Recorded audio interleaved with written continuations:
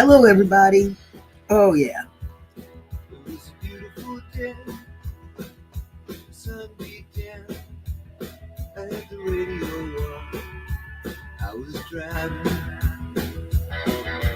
Trees went Right? One of the best driving songs ever, ever. Okay. I'm running down a dream. Wherever it comes to me, working on a mystery, going wherever it leads, running down a dream. There we go. Hey, Linda. Hi, sweetheart.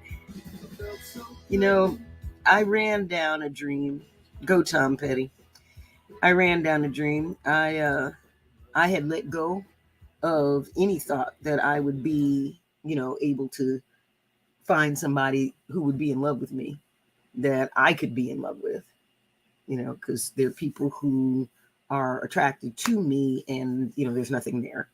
And we live in a world where folks figure that if they're attracted to you, then they have a right to your attention. And I have, for some reason, I've been very blessed. I have had to deal with this. It's definitely a champagne problem. It's definitely a zero world problem. And this is real. In our society, we figure because we feel something that we have some say in the life of another. And specifically where Penny and I differed from most people on the planet is that neither one of us thinks that. We assume that whatever we're feeling is all on our side, which, if you do that in the extreme, then you don't connect with people. So it's not that that's like the thing to go for and the thing to be. It's about the balance. Like, I swear it's about the balance. Folks ask, how is it that the two of us have been so happy for 31 years? Most people can't even find someone to be with, much less be with them head over heels in love like it's a honeymoon for 31 years. And, I do my best to explain to folks how much Penny and I step back from anything except our love for each other. She just wrote me this most wonderful note thanking me for the baths at night. I put, 43 drops of lavender and 7 to 9 drops of eucalyptus and 3 to 5 drops of the tea tree oil. And sometimes it's Epsom salts, and sometimes it's fizzy salts, and sometimes it's none of that. It's always bubble bath. Sometimes it's organic bubble bath. Sometimes it's a not organic bubble bath that we can get at BJ's. One way or another, she gets bubble bath. She always gets Avon Skin So Soft. Like, all of these things happen on a regular basis. I mean, like multiple times a week, if not every night, for her. Many weekends, not most, many weekends. She sleeps later than I do anyway. I'm up by at least 8, even though I may not be functional. I may be awake at 7 and up at 8, or awake at 7 and up at 9. Working on getting up earlier. It's getting everybody up that has me in bed longer. And I may make her breakfast just the way she likes it, maybe with a little extra cheese or a little extra, herb of Provence or something like that she really likes. That's not just Mother's Day. That's not, just on her birthday. That's randomly at least once a month, if not multiple times, a month, because I love her and I want to pamper her. What I really want is, I look forward to when we are wealthy enough to have a full-time chef, and I can just say, I'd really love for Penny to have this for breakfast, and I will come get it and bring it, up to her. Like that, I look forward to when that's the case. And it's the things that we do when we're first in love. And the thing that lets us continue to do it 31 years later at an even more intense level than when we first got together, which doesn't happen for most people. I mean, I swear to God, at the 7th year, we looked at each other all year and just kept laughing. At first, we were scared because everyone says that, there's the 7-year itch where, you're looking around at other people. And I'm like, for what? So we kept looking at each other and we would lean in and go, are you itchy? I'm like, I'm not itchy. Are you itchy? Because I'm not monogamous. So if she had an itch for somebody else, I'd be like, honey, just so long as you don't bring anything home. And if you bring it home, as long as we both got it, I don't care.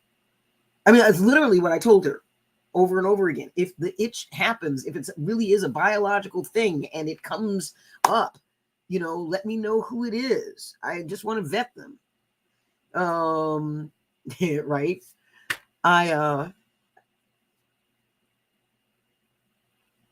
We checked all year, nothing. 8th year itch, maybe it was late. No. 10 year, no. I've never gotten itchy to be with anybody else. When I fell in love with Penny 31 years ago, that's the last time I fell head over heels in love. That was it. I've had 3 of those in my life. One of them, I didn't know what I was looking for. One, I knew what I was looking for. And then one, I got what I wanted. Right? And the rest of the time, I was practicing for Penny. I'm the in love that I feel. We have gone to bed more in love than our hearts could handle every night for 31 years and have awakened more in love than when we went to sleep. At my worst, at my hardest, at my most difficult time with her, we've had heated discussions and been angry and then got through it. I'm not going to go to sleep. I'm not going to close my eyes and be angry at Penny. I won't do it. I don't know that she or I will live through the night, and I'm not going to have the last thing that we experience after this much love somehow accidentally have the last thing we experience being angry with each other. That's just not going to happen. So I get over my shit. I grow up at night. I may get weird the next day. Not even that. Usually we work this shit until we're okay. Now, if things get more entangled or complex, we have help. Ronnie Jean is enormously helpful. Even as she learns and figures out her stuff, it is helpful to us in my relationship. And as Penny and I learn nuanced stuff, it's helpful to her in her relationship. When I met Ronnie Jean, she had 9 partners. Now she's got 2 that are life partners live in and another. And it's come out of discernment. It's come out of the catalyst thing that I do where people's lives get streamlined when they come play with me. There's that too. And this love thing. See, people don't want to let stuff go. They figure, I got love. I got the in love feeling. Ooh, I'm going to hang on to this. I'm going to play a game that I've got some kind of say in the other person's world because Taylor Swift says that that's what you do. Yeah, because she's really great to go to for relationship advice. And this thing says that, and that thing says that. And I just turn to folks and I say, do you see any of the people who are head over heels in love, gone job, missing, in their bliss, not just together, because there are plenty of miserable people who are together. Do you see anyone who is gone job, head over heels, in love with the person that they're with, who has jack shit to say about the other person's life? Unless they have an arrangement, a kink arrangement where, you've got a dom and a sub, and that's your love relationship. That's different. And the answer is going to be no. I'm not. That's a rhetorical question. The answer is going to be no. That's one of the hardest things to get across to people, because they're feeling the thing, and they're feeling the in love, and surely the other person, or it's, they just don't know me well enough, or they don't know, like they just don't, they don't know. Give it time. I hear that a lot. Okay. No. Person knows whether they're in love with you or not. And if they're not in love with you, they're not in love with you. Period. Then you're friends with them. Because if you value them enough to love them and be in love with them, then you value them enough to be friends with them and have it be friends. They have told you what their boundary is. They don't necessarily want to hear about it, like any of that. Like, that's how you do that. That's how I did that. I fell in love, completely in love, short of the sex and including the romance, with my straight female friends. Drove my shrinks crazy. One day you're going to need to commit. I'm like, honey, I'm committed. I'm committed to being in love in a way that you cannot fathom. I'm not even committed to finding someone. I'm committed to being in love when in love actually shows up. I want to be great at it. I want to recognize it. I want to get over my pedestalizing shit. I want to get over my clingy, greedy shit. I want to get over my, I hope I'm good enough shit. I want to get over my, I want to control you shit. I want to get over my, all the shit that people do. I want to get past all of that, so that when the love of my life finally shows up, if I am not already the love of my life,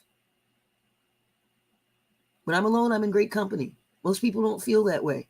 They say they feel that way. Some of them. Most people don't even say they feel that way. Most of the ones who say that they feel that way don't actually feel that way. It's bravado. It's a false arrogance.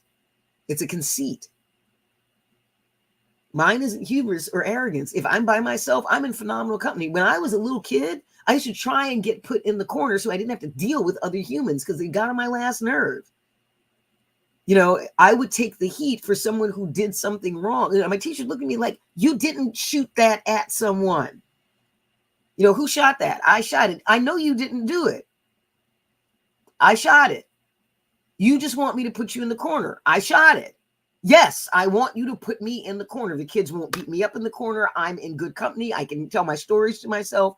All of those things. If you put me in the corner, yes, I shot a rubber band at someone. Like, I didn't even know how to do half the shit. Okay. I just took the heat for it so that I could be in the corner. I told God straight up, you don't send me somebody early enough before I get famous, before I do big things in the world, and don't bother sending me anyone, because all I'm going to do is have sex with people. I will not let someone into my heart and my life if they come after I'm famous. So figure it the fuck out, or leave me the fuck alone. And Penny came just before I started singing with Greg Greenway and, all of those other things. And she came just before. And even at that point, I had no intention of letting her in. Zero, zilch, nada, zip, squat, the big zero. I was every kind of done you could get. For real. Wasn't going to let anybody in. And she came dancing, prancing up. And we all know how that ended. Now, I'd already gotten the things out of my system. I listened to my subliminal tapes 24 hours a day to get the crap out of my head. I didn't focus on finding a partner. I didn't focus on finding somebody to be with. I focused on being a phenomenal human being, and then trusting that spirit would send somebody amazing or leave me the fuck alone. They've got to at least be as amazing as I am in order for me to be in love with them, God. That's where I am. So, make that true or go away, because my friends are amazing. My straight female friends, I mean, they do things with the UN, they do things with the Pentagon, they do things all over the world. They're fucking gorgeous. They get people fed. They help people get out of prison. They write these things that change the world. One of them, wrote the human rights policies for the Netherlands. I have amazing friends, and they're drop dead gorgeous, and they're huge-hearted, wonderful human beings of great compassion. And even though they are not humble in your typical kind of shuffle your feet kind of way, they're very aware of their strength, their power, and their privilege, and strive to be relatable and approachable and all the things. Okay, somebody tell me what I'm not supposed to fall in love with. Somebody tell me out of what I just said that I am not supposed to fall in love with. Right? So I just did. I'm like, you're wonderful. I'm in love with you. I just love you all the many muches, like every kind of way, except for I know what you taste like. Some of them, great kissers. All right. And it wasn't a thing. It was not a thing. I was there to be all the in love, to bring all of the delight and the romance, and to have it brought to me so that I could practice. Worked out really well for us, very badly for a whole bunch of boyfriends and girlfriends.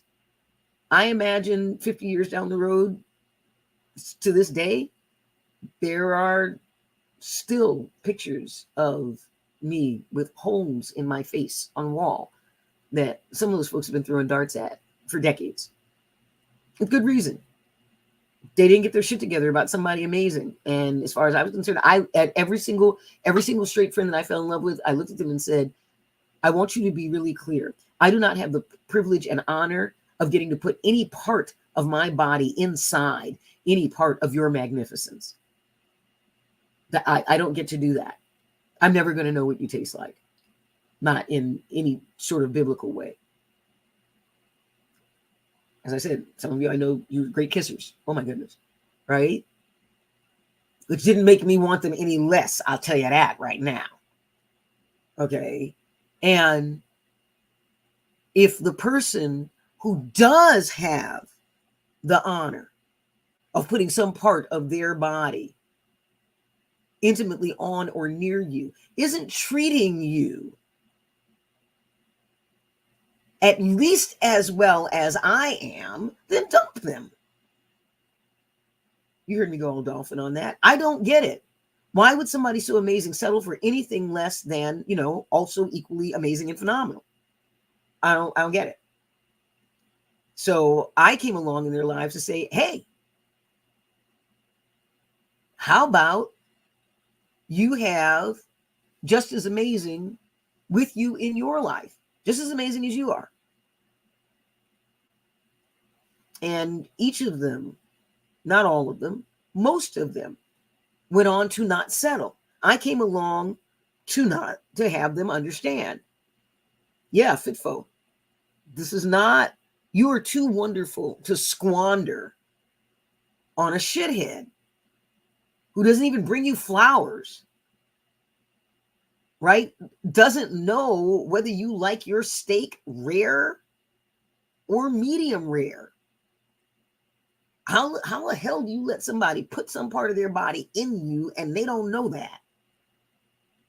Okay, and you're talking to somebody who, when I had to fill out a list of the people that I had sex with, I used to joke about being the only lesbian in Boston on the pill. Okay, when I had to make out a list, I had to fill out 2 sheets of 8.5 by 14 paper, single spaced, 2-sided.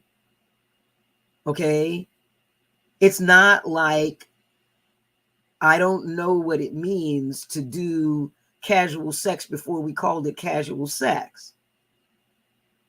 It's that I also know that behavior does not support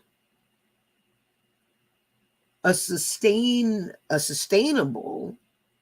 and sustained in loveness. Not unless you're both hypersexual nymphomaniacs and you're in a poly relationship, at which point go to town, have fun. It's fantastic. When it comes to most people are looking for something settled that they can count on. It may not be monogamous, and they're looking for something settled. I am. I don't have a monogamous bone in my body. Don't believe in it.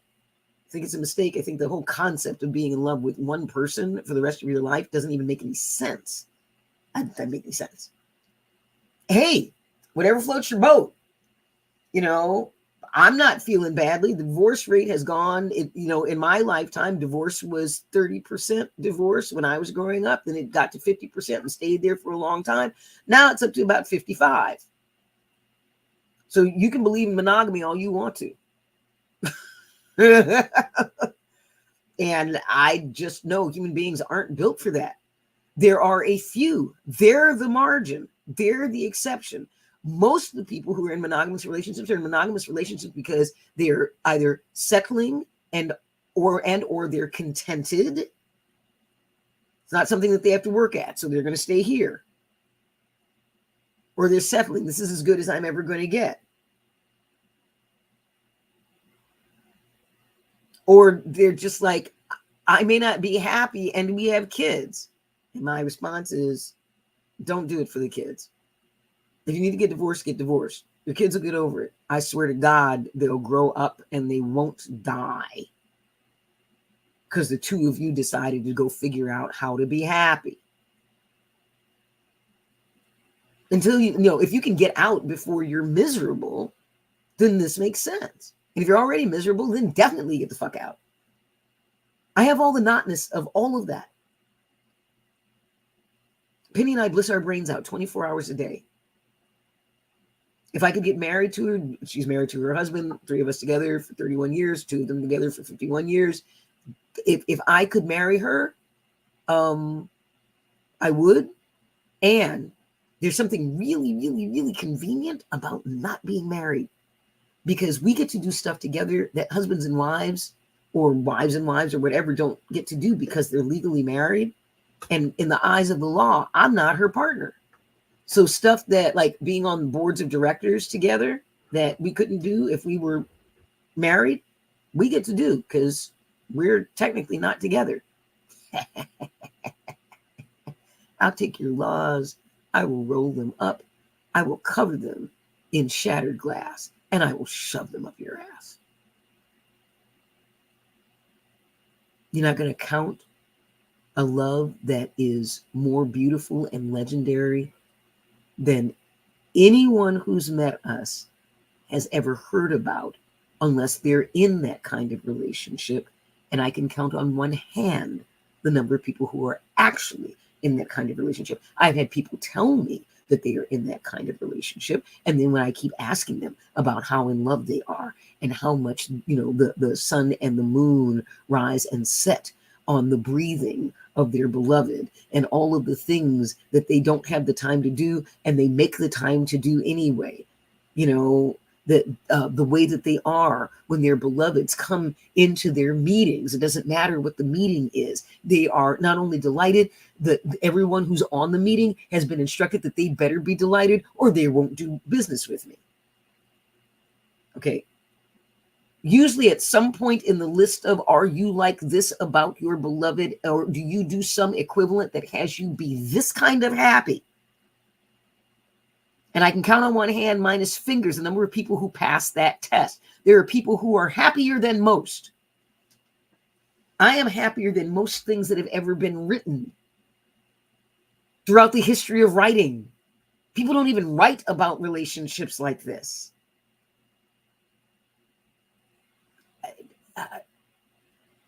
Penny and I both got our nightmares out of the way early so that we can just bliss our brains out with each other, basically. And that's what we're doing. I don't remember saving bustle of nuns and orphans. Obviously I did, because I got her. She would do pirouettes in my office.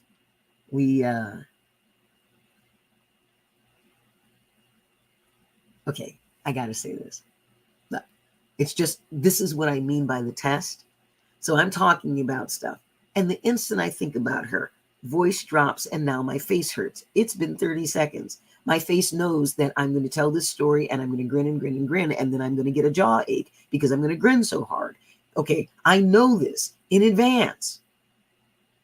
You want to know whether or not you are head over heels in love? Because you might be in love. I don't know if you're head over heels in love. If you're head over heels in love, this is what happens to you. It's just that most people don't know how to maintain it, how to have it continue. It starts with letting go. It completely starts with letting go. Doesn't that suck? You have to know how to spell the word in order to look up how to spell it in the dictionary. And you have to let go of the love of your lifetime in order to get it. Because that makes sense. In part, it's to make room for the more that comes. Because when you live inside of every moment, using up all of the in love that you've ever experienced, all of the in love that you've ever felt, if you're feeling that every moment, then you're using it up. And nature abhors a vacuum, so it pours even more in love into you. That's why it works. It's an amazing feeling. And people who accuse me, and it's an accusation as far as I'm concerned, accuse me of, being made of unconditional love. Oh, God, please. All right. No offense to all the nice people who are trying to say that I'm very loving and they really admire it, what have you. Okay. Do not confuse my fat ass with Amma. I know she's big too. And I know she's brown. I'm not any damn hugging guru. I cuss too much and I don't have a guru bone in my body. You fuck up with me, I'll hurt you. Yeah, she's all about love and light and all that shit. That's great. You want all that stuff, go talk to her. She's wonderful. She changed Penny's life. Penny didn't even mean for it to get changed, and it got changed. And it got changed so much that I had forgotten that Penny was going to go see Amma, and she called me after she saw Amma, and she got on the phone. I said, whoa, hi, baby. That's a life change in your voice. What just happened, and are you okay? You sound okay. You're really different. That was how I greeted her after she saw Amma. Her voice never went back. That change stayed. Amma's the real deal. Beautiful. I ain't her. No, the reason why I say that is 6 billion fucking people send me Amma shit all the time. I got Amma feathers. I got Amma bookmarks. I got Amma pictures. I got Amma blessed pictures. I got Amma little framed things. I got some little bead thing from Amma. I got some blessed piece of candy stuff from, I got Amma stuff. Oh, you remind me of Amma. Oh, you remind me of Amma. While I'm standing there cussing so much that the wallpaper is peeling off the walls and they telling me I remind them of Amma. I'm like, Amma don't cuss like this. Amma don't play in no shadows. She's made out of enough light for 8 billion people. She wants to hug the entire fucking world. I would rather stick a rusted, poisoned fork in my eye myself than hug the world. Swear to God. Swear by all that's holy. Thank every God that has ever existed that Amma exists. Because people need more hugs. Lots more hugs. And she all about to hugging the world. I wonder how that went down with COVID. She probably back to hugging people again. Before COVID, I was on my way out of hugging people. Did y'all know that?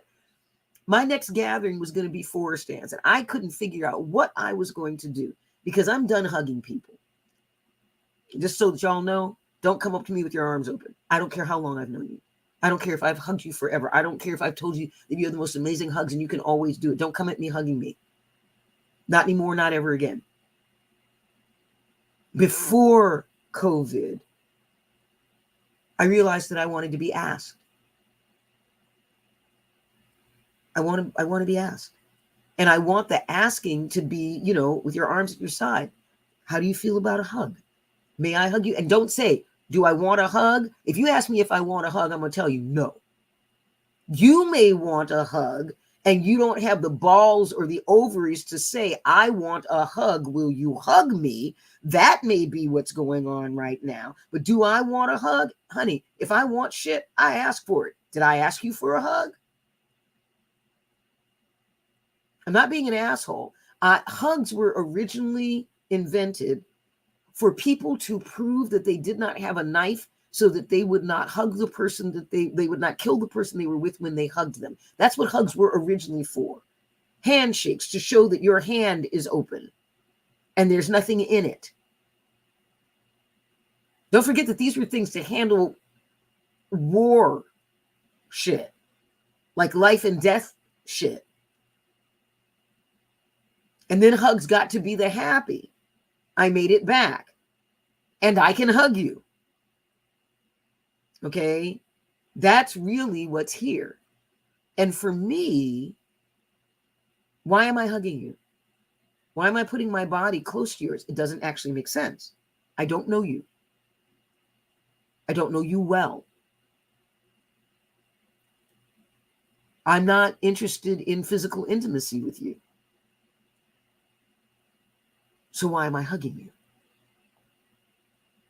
I'm not doing a body check. If I want to pat you down, I'll pat you down. I don't need to pat you down with my whole body. And then the people I do want to hug, I want a real hug. If someone that I actually want a hug from gives me an A-frame hug, I'll tell you right now, you'll never get another hug from me. People who do A-frame hugs, I usually teach them. I'm not even bothering with that. You give me that half-ass bullshit hug, don't bother. I want real love from folks. A handshake can convey that. A handshake from a beloved, and they look in your eyes and they grip your hand. I'm doing a new netiquette. It's a plan net, and I'm doing a plan netiquette for Planet JWoww. On Planet JWoww, nobody has to hug anybody. Oh, come on, bring it in. No, fuck off. I told you no. That's the thing. If I say no to somebody and someone says, nah, come on, I'm like, did you just walk past my boundaries? Did I just give you an empowered no and you told me no to my no? See if I even shake your hand again. See, this is not me being pissed. This is me talking about how do we hold our actual boundaries? Society says that we have to hug people. So little Susie, who's being raped by her uncle, who's the jovial uncle, so everybody loves him. And so when little Susie says, I don't want to hug Uncle Jack, and everybody goes, no, you have to hug your uncle. Why? Why? So he doesn't feel bad? Do I care how that adult feels when a child is able to exercise a no, able to say it? Amma, A-M-M-A, Amma. They call her the hugging guru. She's some chick from India. She's about my age, maybe a little older, and she hugs people. Like that's her spiritual practice. And I mean, literally, Linda, tens of thousands of people camp out in lines where they wait for days. I'm being very careful in my speaking because it sounds not even real. Where they camp out and wait for days to get a hug from her. Okay. And for 20 years, I mean, I've had everybody and their monkey, oh, come with me to Amo, and once you experience, what is it called? Once you receive Darshan, I think it's called, or Sat something, or I don't know, something, some guru thing where they bless you. And once you get that, then, everything gets better. And the reason why I bring Amma up, I have seen so many lives get better after she's hugged people. I mean, literally, there's BH and AH, before hug and after hug. Swear to God. She's the real deal. There's Mojicin transmitted in those hugs. She is absolutely the real deal. Hell no.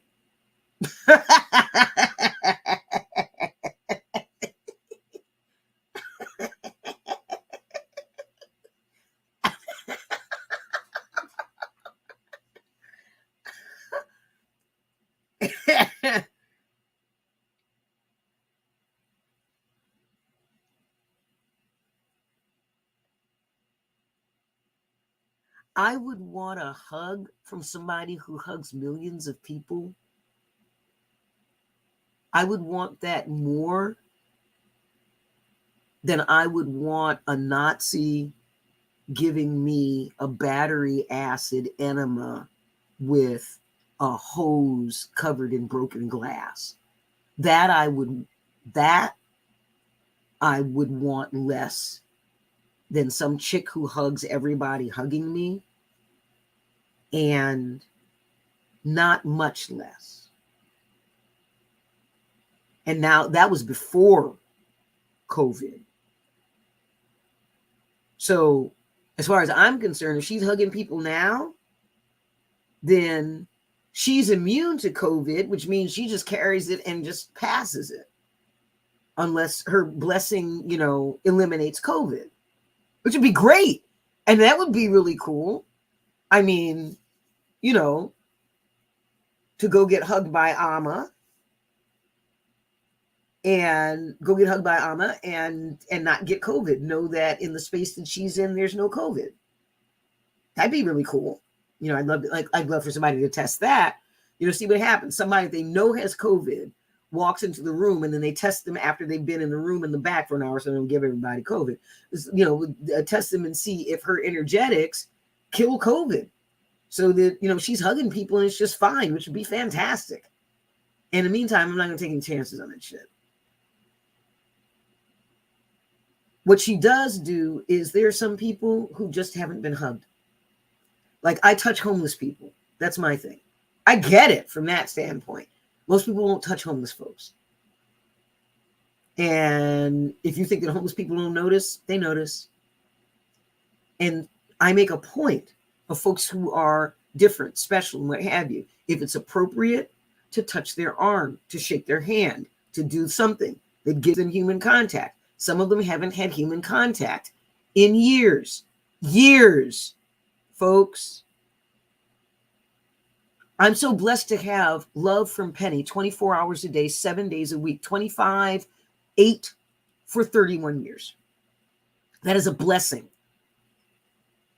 And while I roll around in it, while I assume, without making an ass of you and me, I assume that Penny is in love with me. I assume that in any given moment, there's some part of her that is thinking about me and loving me, because I know that at any given moment, some part of me is falling in love with her. I don't have unconditional love. That's why I brought up Amma. I honestly believe Amma may be made out of unconditional love. Not a chicken's chance in KFC hell that shit is going on in me. My whole fight is to not want to kill people all the time, because I kind of do. Okay? Y'all need to remember, for all of you who think that I'm loving and, a whole bunch of sweetness and light and shit, although I can't imagine somebody listening to me for more than 10 minutes thinking that. And yet there are people who say, oh, you're just made out of unconditional love. And I'm like, no, am I missing my brand? What I am made out of is conscious and deliberate love. Part of why Penny and I have been head over heels, gone job, missing in action, see ya later till the end of time in love since before Lemuria, much less Atlantis, and carrying it through to now, is that I fall in love with Penny now, and now, and now, and now, and now, and now, and now, and now, and now, and now, and now, and now, and now, and now, and now, and now, and now, and now. And unless you're doing that, you're not enough in love with your beloved. As far as I'm concerned, that was not an exaggeration. I was not doing that for effect. All I did was call on what I was feeling. I fall in love. I am in love, head over heels, gone job, missing in action, in love with Penny 24 hours a day, very deliberately, every nanosecond. It is conditional love. I choose her every single nanosecond of my life. It's on automatic. It's got triggers that let me know if it is faltering in any way. I am committed to being actively as an act, as in I need to eat, I need to shit, I need to work on being in love with Penny. They are all at the same level. It is an autonomic function in my life. I don't know how people who aren't doing that manage to stay in love. Da, da, da, da, da, da, da, da, da, da, na, na, na, na, na, na, na. Oh, wait a minute. They don't. It's my damn point. They're in love for a time and then they fall out because they figure, oh, now I'm in love. And then they stop doing the thing that had them fall in love in the first place, which is being focused and obsessed with their beloved 24 hours a day on having their beloved be happy. There are plenty of abusers. There are plenty of domestic violence abusers. There are plenty of gaslighting fuckheads who use the words in love and say that they're in love with the person whose life they are destroying. Penny's Facebooking from Europe with her grandkids. I'm not an abuser, and I'm not a stalker, and I am in love. More in love and happier than 99.99% of the planet. Just saying. So wait a minute. There are people out there who want to be in love and they're miserable and they're doing the, oh, I have some say about the other person's life. You know, if I'm in love with you, why aren't you in love back? Or if I'm in love with you, why don't, you know, not even why don't. If I'm in love with you, then, and you tell me no, then I'm just going to hold that like, well, later. That must mean later. No. No means no. Now. Period. And people can let that go, can let that later hopefulness thing, which is bullshit, go, then all that energy they put into the longing thing, because we're told that we're supposed to belong with someone. Well, of course we're supposed to belong with someone because that makes us less. You know, 1 + 1 = 1, as they tell us in that new math, right? In that bullshit relationship math. 1 + 1 = 1. Do you see what size I am? Honey, 1 + 1 in my case equals 3.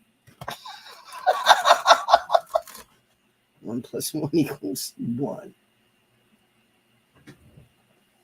You know, my better half? Do I look like half a person to you? I may have an extra half person on me. Not a half person. Okay? Fully in my agency, fully in my power, looking for someone who can be fully in their agency and fully in their power with me. That's what I'm looking for. And honey, no offense, what I came down to with those women that I was in love with, it was real simple. They were in friend love back. That was good enough for me. I chose them because they were straight. I'm doing the fan thing. The 62-year-old hot flash thing. Oh my God, that feels so good. You know, the dog in the window. Oh. And I gotta tell you, bald head, any of y'all with any hair on your head, you know, like covering your head, even if it's just a little tiny grazy bit, you don't know this. You don't know this joy. Why can't I kill this little fucker? There you go. Dead now. Fly up in my house.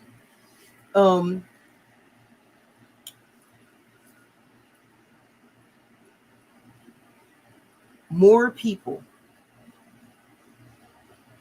would be in love with more people who were in love with them back if they would stop trying to belong to and with someone. Longing is aching for the thing that you cannot have. Having longing be your state, belonging, is one of the tools of divisiveness sown into our lives by a misogynistic, human-hating patriarchy. Straight up. Here, let me tell you that you're supposed to, Taylor Swift, help me Jesus. You know, you're supposed to belong with someone. I want to belong to you. Ooh, gross. Let's not. And if you're doing that belonging, I'm saying this in a way, I'm being real. It's not good for you. It's bad for you, in fact. Don't make fun of me. This is how I feel. I'm stating how I feel about that kind of feeling being near me. I don't think it makes any sense. If it feeds your life, if it feeds your soul, if it helps you be more powerful, if it helps you be more compassionate, if it helps you be more successful, if you make more money, if you are healthier, if you have better friendships, if you are a better parent, are you a better coworker? Are any of those better things happening because you're pining away for someone that you cannot have who does not really love you? I don't think so. I don't think so. And so my question is, why don't you value yourself enough to look at that person and go, honey, you missed out, and move on? I see a star system here.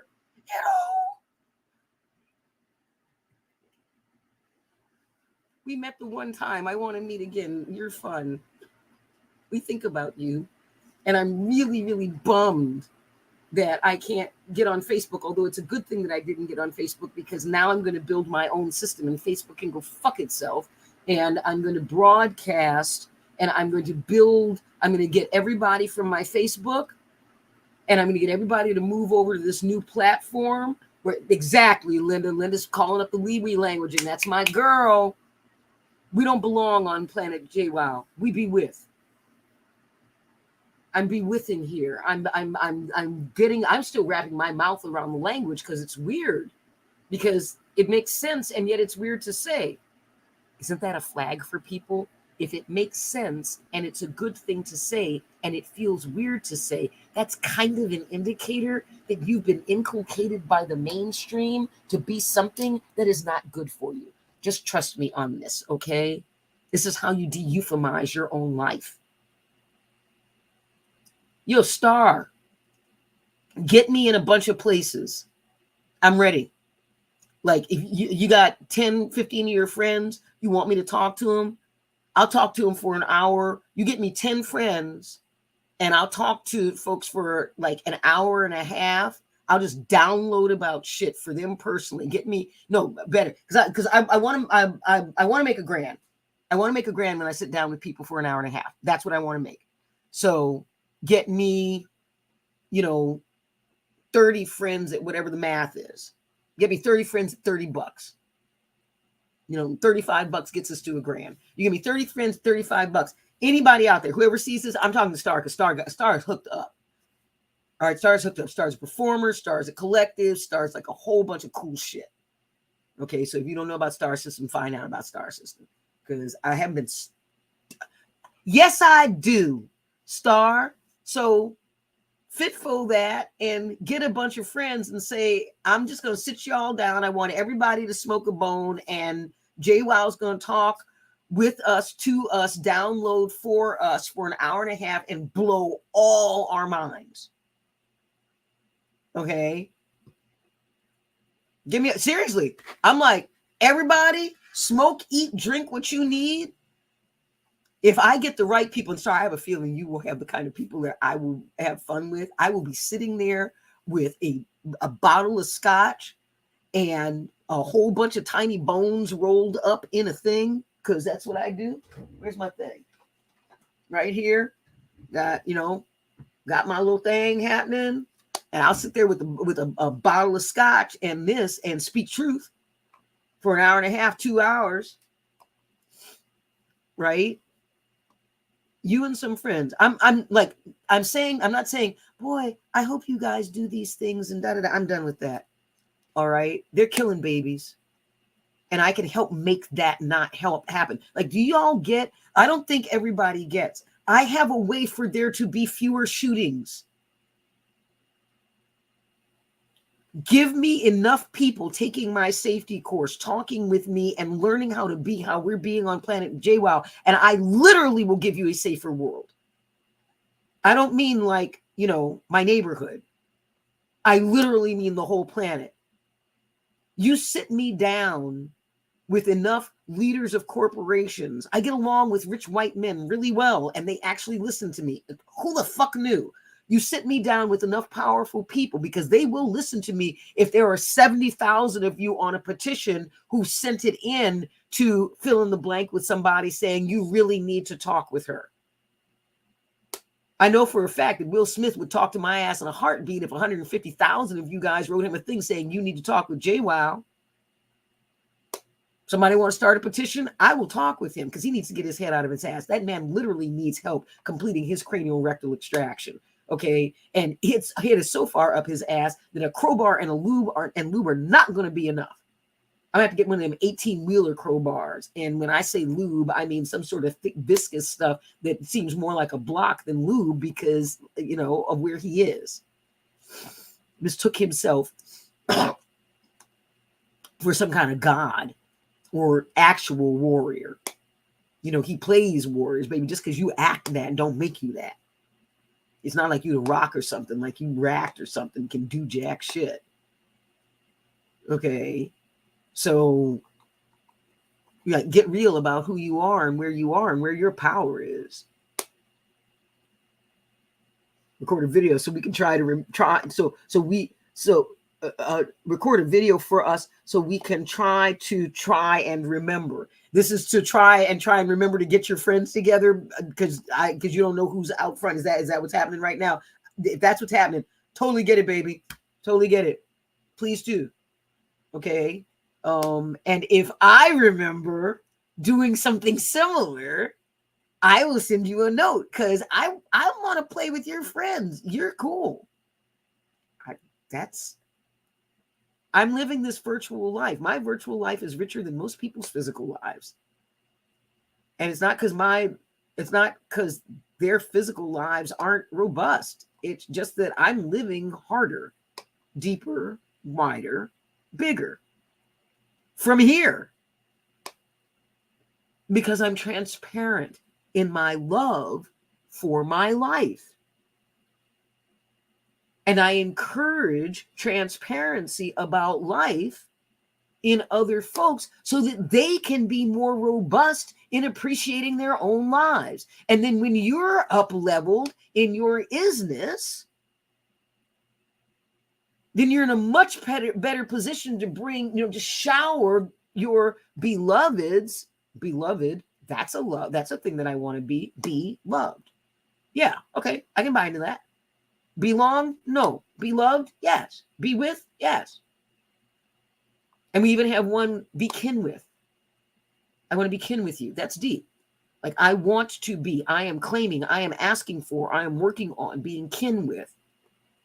And by the way, Star System and Linda, when you see me about to come on or you catch me on, let's start bringing people over.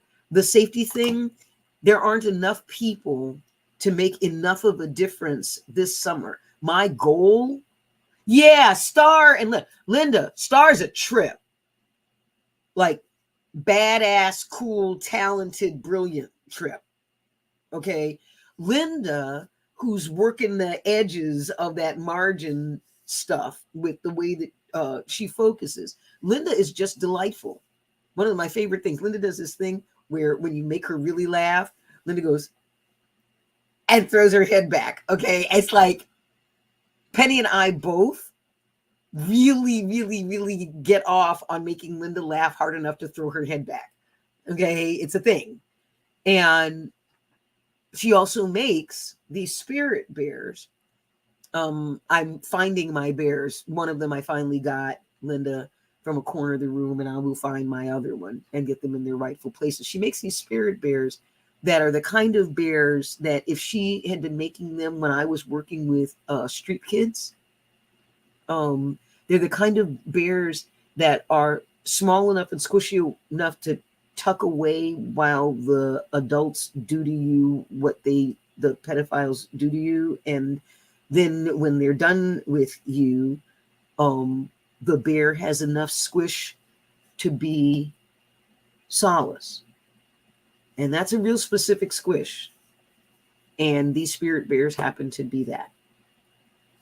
And, I look forward to when, as this guy named Rook that Linda and I both know and have worked with and that I love, who's a friend of mine. Like, he looked at Linda and Linda's work and it's like, I just want her to succeed. Like, he did this, like, she's got this beautiful, it's a brilliant, perfect logo. You know, it's like $500-$600 logo that he just whipped out for her. He's like, I just want her to succeed.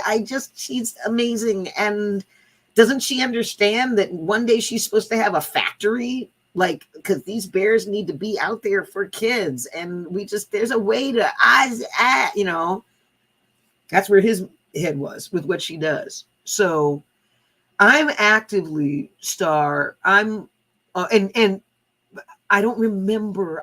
I'm sure I asked if I could call you Star or if you prefer Star System. So can you just type and let me know what your answer was? Is Star okay to call you? Is that okay for me to call you and not other people? Is that okay to call you in general? Is it not okay to call you? But anyway, let me know right here so I know.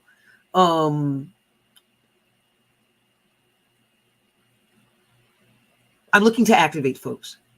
So the thing that I said, please, seriously, just start praying in terms of, yeah, I would love to have my energy call together people.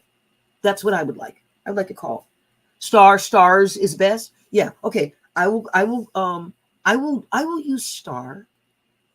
I think maybe I'll use stars because I think of you as a constellation. I think of you as this, you know, multiple. I mean, you are a multiple, but I think of you as this multiplicitous, you know, this multifaceted delight ball.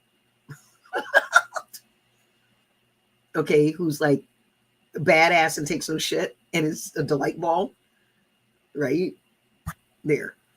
I don't know you well. What I've seen and stalked of you, because I did my due diligence, just made my face hurt.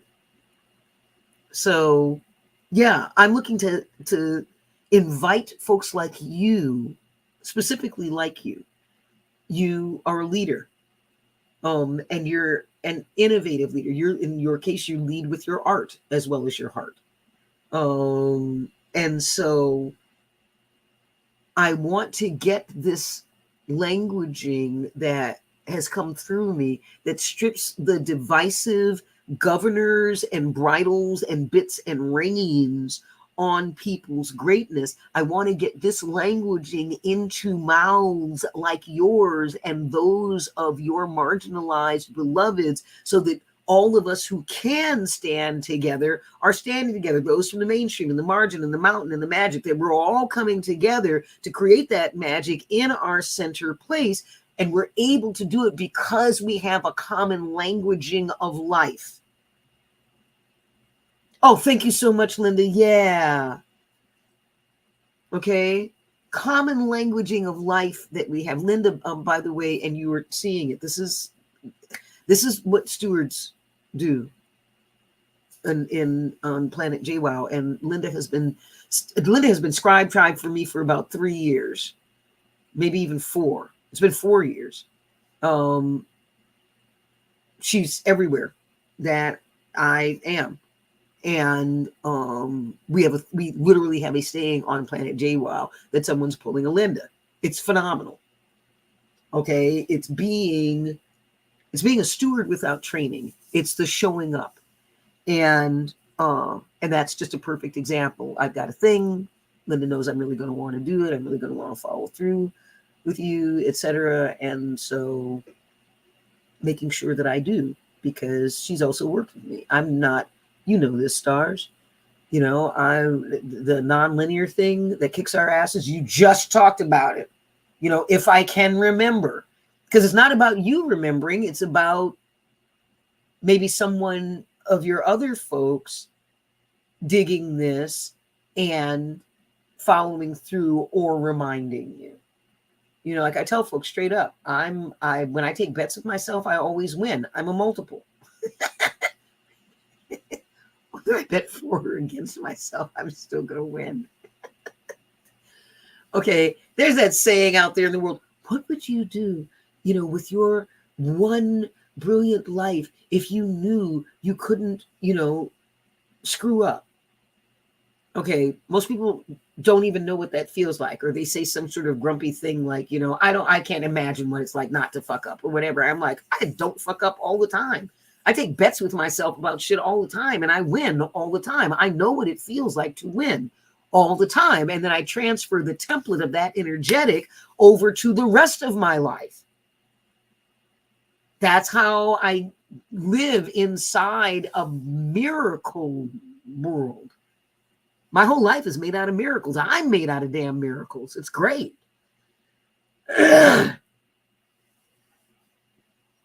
Safety, satisfaction, peace, love, creativity, freedom, and grace to Linda. With my every blink, breath, and heartbeat beat exponentially by infinity. Boy, that sounds amazing and wonderful and intense. Tell me what that is, Star System. Is that your prayer for people? Is that your greeting prayer? That's just like all the things. That's fantastic. Yeah, I'm here talking about being in love. I have a template for how to love the world. I love the world almost as much as I love Penny and Ronnie Jean. Standard Violet prayer. Yep. See, I knew it was. That's why I asked. Say, I bet you that's something that you do. I bet you that's something you say. That's right. That's some good shit, right there. And Violet and Stars, do yourself a favor. If you don't have that written on a bottle of water or liquid from which you drink every day, then please fix that. Okay, safety, satisfaction, peace, love, creativity, freedom, and grace. With my every blink, breath, and heartbeat beat exponentially by infinity. Okay, and put that on things. Dr. Emoto's work around water. Yeah. Dr. Emoto's work around water shows how deeply and intensely the water molecules change the more positive and empowering the languaging is that you expose them to. Sweetheart, you're 70% water. We all are. I mean, fuck, write it on your fucking body. Buy yourself a shirt that you wear as an undershirt with that prayer underneath it. And for God's sake, write it on some, water. Write it on a big ass Brita filter bottle, or on the filter, the water filter in your house. And people don't think of practical shit like that. It's like, I mean, they talk about being pragmatic and kitchen witches, and that means that they use, herbs and that. And I'm like, dude, you write it on your body all the time. Great. Fantastic. So now get lazy. Get it put on a t-shirt. You can just throw on the t-shirt. Now you got it written on you. That's one thing. And then also write it on your water filter. Okay, like I could be sponsored by you and I. All right, Stars, you and I can talk about, and I'm not joking about this. If you're serious about the intensity of how much you write shit like on your body and write stuff like that, in 7 weeks, I put up well over 150,000 Post-its in a space. Post-its is going to sponsor me, and Sharpie is going to sponsor me. I have all colors of Sharpie that could be found. There may be Sharpie colors that I haven't found. I get their seasonal colors. Okay. Sharpie needs to sponsor me. Yeah. Literally doing that right now. Exactly. So I think you and I could do some sort of commercial where we show my, wall of 1,000 Post-its with me, with my Sharpies collected. And you see those white things back there? There's a red thing, and then it looks like maybe a little plaque. And then there's 2 tall things on either side and what looks like a hand in the picture. Those white things above the drawers, that's my Sharpies. That's my Sharpies. I own all the Sharpies. And the only reason why I don't have something is because I haven't found it. As in, I went to Sharpie.com and then found the shit that they didn't even have there. That's some sort of specialty stuff that you can only get at Amazon. And then they got their throwaway shit that they got at the dollar store. And I go there too. I got all the Sharpies. So I think you and I, Star, we can start our own movement. We can start a petition and get 50,000 signatures sent into Sharpie saying you need to have Stars and JWoww be faces for Sharpies used in innovative ways of healing. Okay, that's what I want. See, I haven't found the person yet who listens to me say shit like that, and then while I'm on here talking, goes over to Sharpie.com, finds out what their contact info is, finds out who the contact person is, and then goes over to someplace on Facebook, starts an event that is a petition to have Sharpie sponsor Star System and JWoww as multiples, as shamanic healing people multiples for the beautiful things that they do with Sharpies. You literally write prayers on your meat sack. You write prayers on your meat sack with Sharpies. Oh, and by the way, folks, I don't know Star well. I'm betting you that when Star says Sharpie, Star means Sharpie. Because when I say Sharpie, I don't mean permanent markers. I mean Sharpies. In both extra fine and fine. And then, yes, I have the bold chisel tip and the extra big one with the extra reservoir. You're like, well, you don't have it. I'm like, yeah, I have that one too.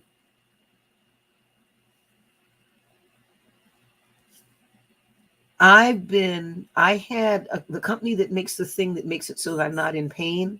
I'm the only Black female they ever had be a spokesperson. I'm the only shaman they've ever had be a spokesperson. I'm going to find somebody who is willing to start petitioning companies and famous people on my behalf.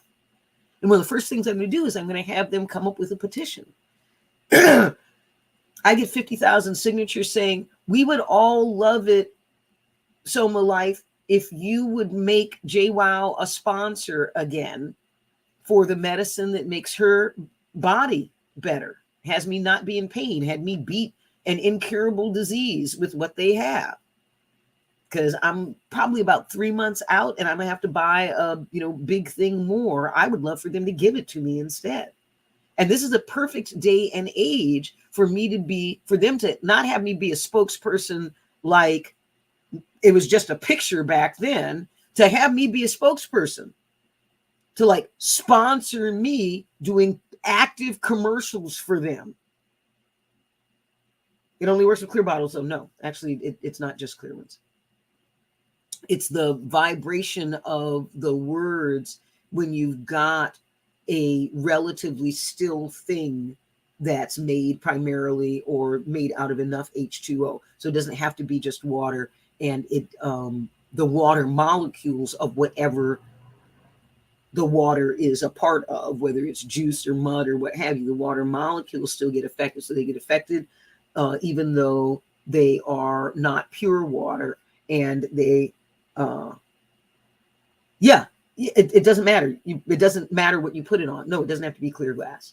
It doesn't matter. I know this because I talked extensively with Dr. Emoto's son. So I don't know what's out there. I'm just telling you what's so in terms of the actual research. It doesn't matter what container it's in. If it's liquid and the liquid that makes it is water, then writing the positive things will affect that. Period. Okay. And yeah, that's just my life, Stars. It's like I say things like, yeah, I talked with Dr. Emoto's son because, I am friends with the guy, the water molecule pictures that you guys see. I'm friends with the man whose pictures those are. It's pictures of this guy's water, David Corbin, and he's a friend of mine. Okay, like this is my life. And so I have lots of things written on stuff. For example, I write on my prayer candles. because it's not just about water. I actually literally take the small candles and I write La ilaha illallah on the bottom, which is it's all spirit, it's only spirit on the bottom, and then around the sides. And then I put loving things about Penny and me and money and wealth and happiness in the top, literally in that big. And I carve it with a Wampanoag piercing knife, the thing that is supposed to pierce your chest for the tribe so that the pain that you take lets the pain out and the dis-ease out of others. And so the piercing knife chose me, and I'm like, yo, we're not doing more pain for me. Like, you need to be clear about that. I literally sat in my car. I sat there in my car with my hand like this, with the piercing knife, like this, with my right hand. I managed to get it out of my right hand because my left hand wouldn't have been strong enough to stop it. Got it into my left hand, had my left hand with the knife holding onto the steering wheel, and my other hand, my right hand, holding my hand onto the steering wheel with the knife, to keep my hand from stabbing myself in the chest. It is a real, honest to God, no bullshit, fox jaw, deer bone piercing knife that knew what it was. I didn't know what it was. The guy said it was some kind of, pierced the knife. I didn't even know what that was. And I took the knife, and Gar wanted the knife, and I got the knife, and I had this feeling that I wasn't ready for the knife. And then the next thing I knew, I was walking to my car, and I wasn't sure why I was walking to my car. And then I get in my car, and I'm sitting there alone, and I'm watching this knife coming towards my chest like I'm possessed. And I'm this, I was this, and then I'm this, and it's like it's coming towards my heart, and I'm like, okay, yeah, we're not. So I managed to get my hand on the steering wheel, and then I hold on to it, and I'm like there, and I'm like, and I'm negotiating with a fucking knife in my car by myself. This is when I didn't know about shamanism. I didn't know about any of this stuff. This is all just weird. I just sang a bunch of spiritual shit. I didn't know. And so I negotiated with it, and then the knife was confused. It's like, but you're the right one. I'm supposed to be with you. I don't understand. I'm a piercing knife. And it was like, it wasn't like, it wasn't quite, I'm sorry, I mistook you. It's like, no, I know you're the right one. And I know I'm a piercing knife. I don't understand. And so literally what I got it to do, I said, look, I need you to not cut me until I can meet someone who's going to be able to talk with you, and we'll figure out what it is I'm supposed to do with you. And it was okay with that. So I let go of the steering wheel. It didn't come towards me. I got out of the car. I closed the door. I went and found my friend who brought me to this Wampanoag powwow. And I said, okay, this is what's happening. And I took down what was holding the knife, and it started coming toward me. And she looked at me, and she looked at me, and she got it. Threw up a thing, stopped the knife, talked with the knife in whatever her magic language is, got my hand to open, took the knife from me, and said, when you're ready for this knife, then you can have it back. And the knife and I, it's going to be here. The knife and I have agreements, and you're going to be fine. I was like, okay, I'm going to go be weirded out now.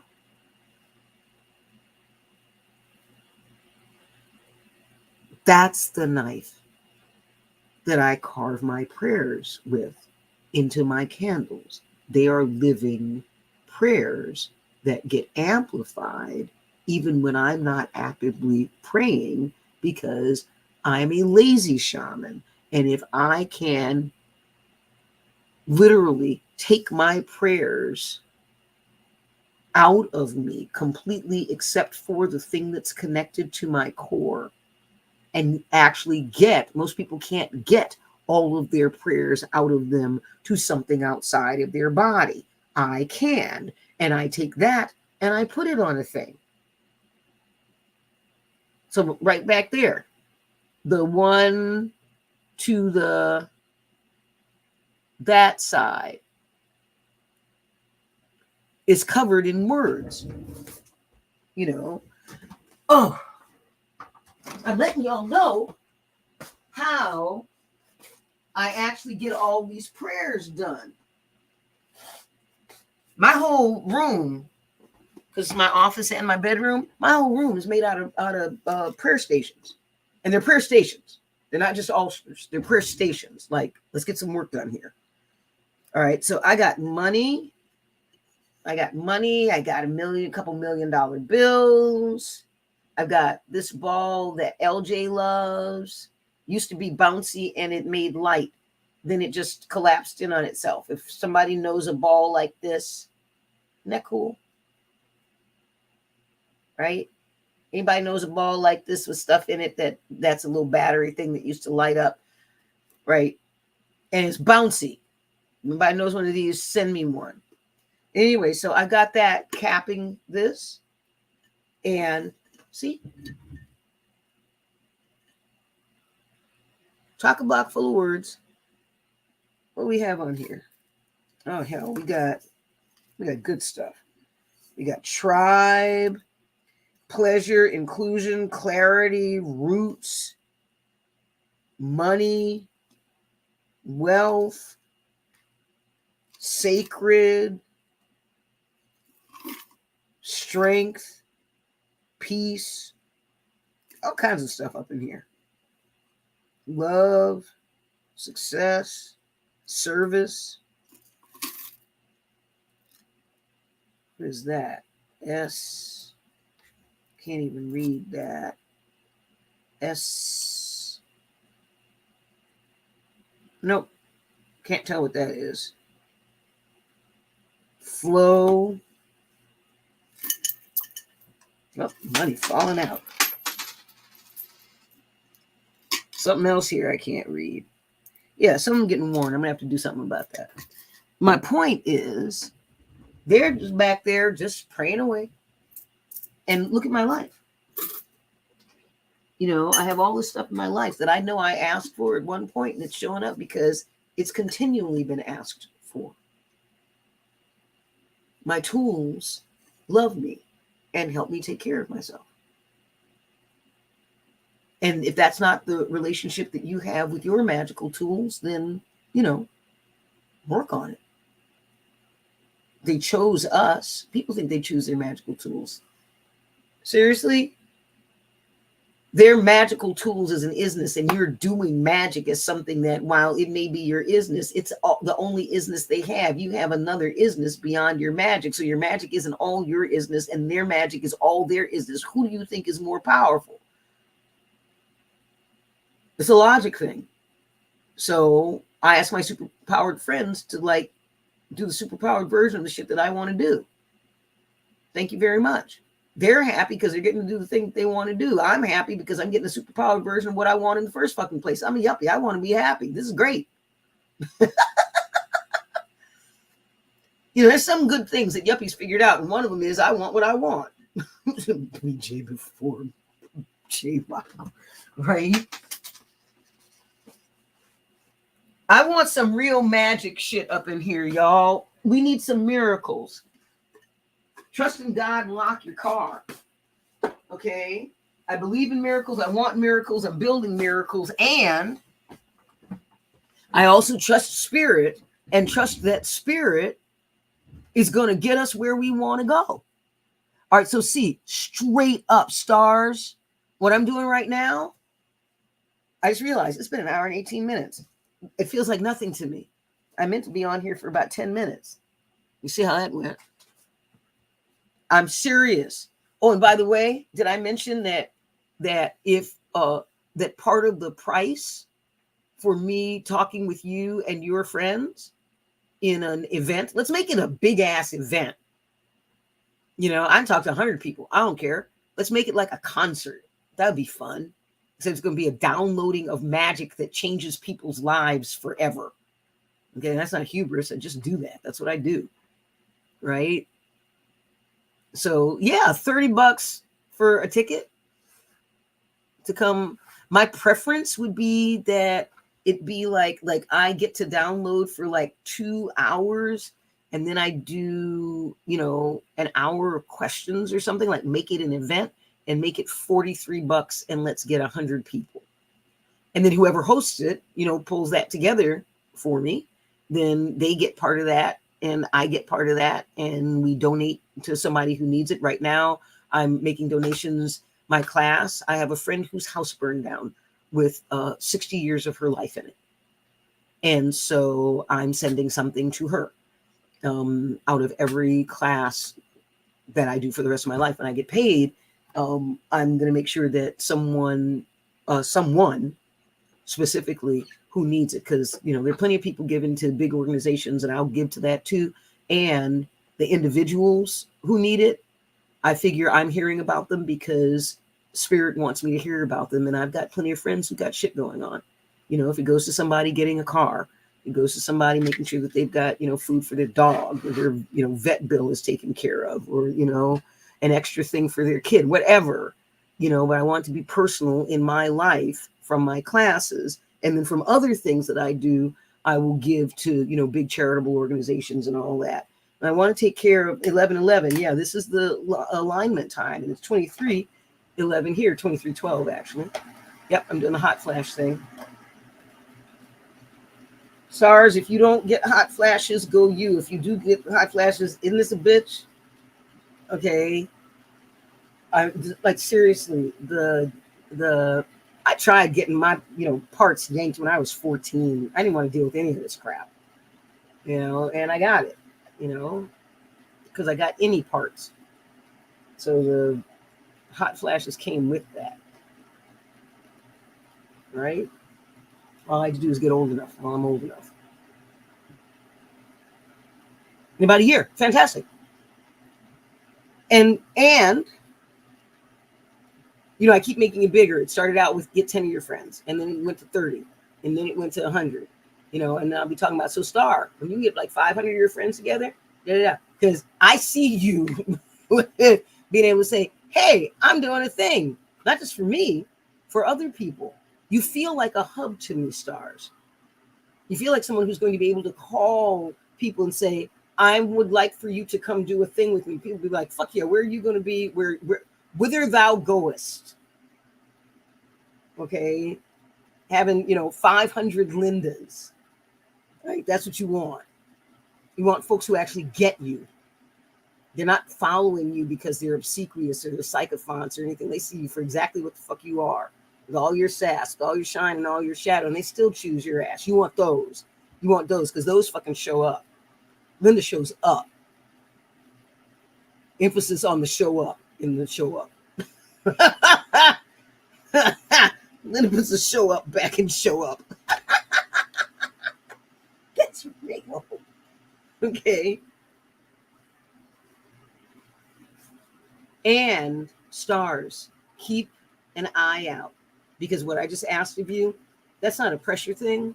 And I'm asking everyone. Like, I asked some Republicans at a wedding party that I was talking with. I've made a commitment to asking everyone because I don't know who's going to say yes. And it may turn out that two people who really want to say yes, they only have like 5 or 10 people that they think they can ask. And then it turns out that they know each other. And they're like, I talked with J-Well.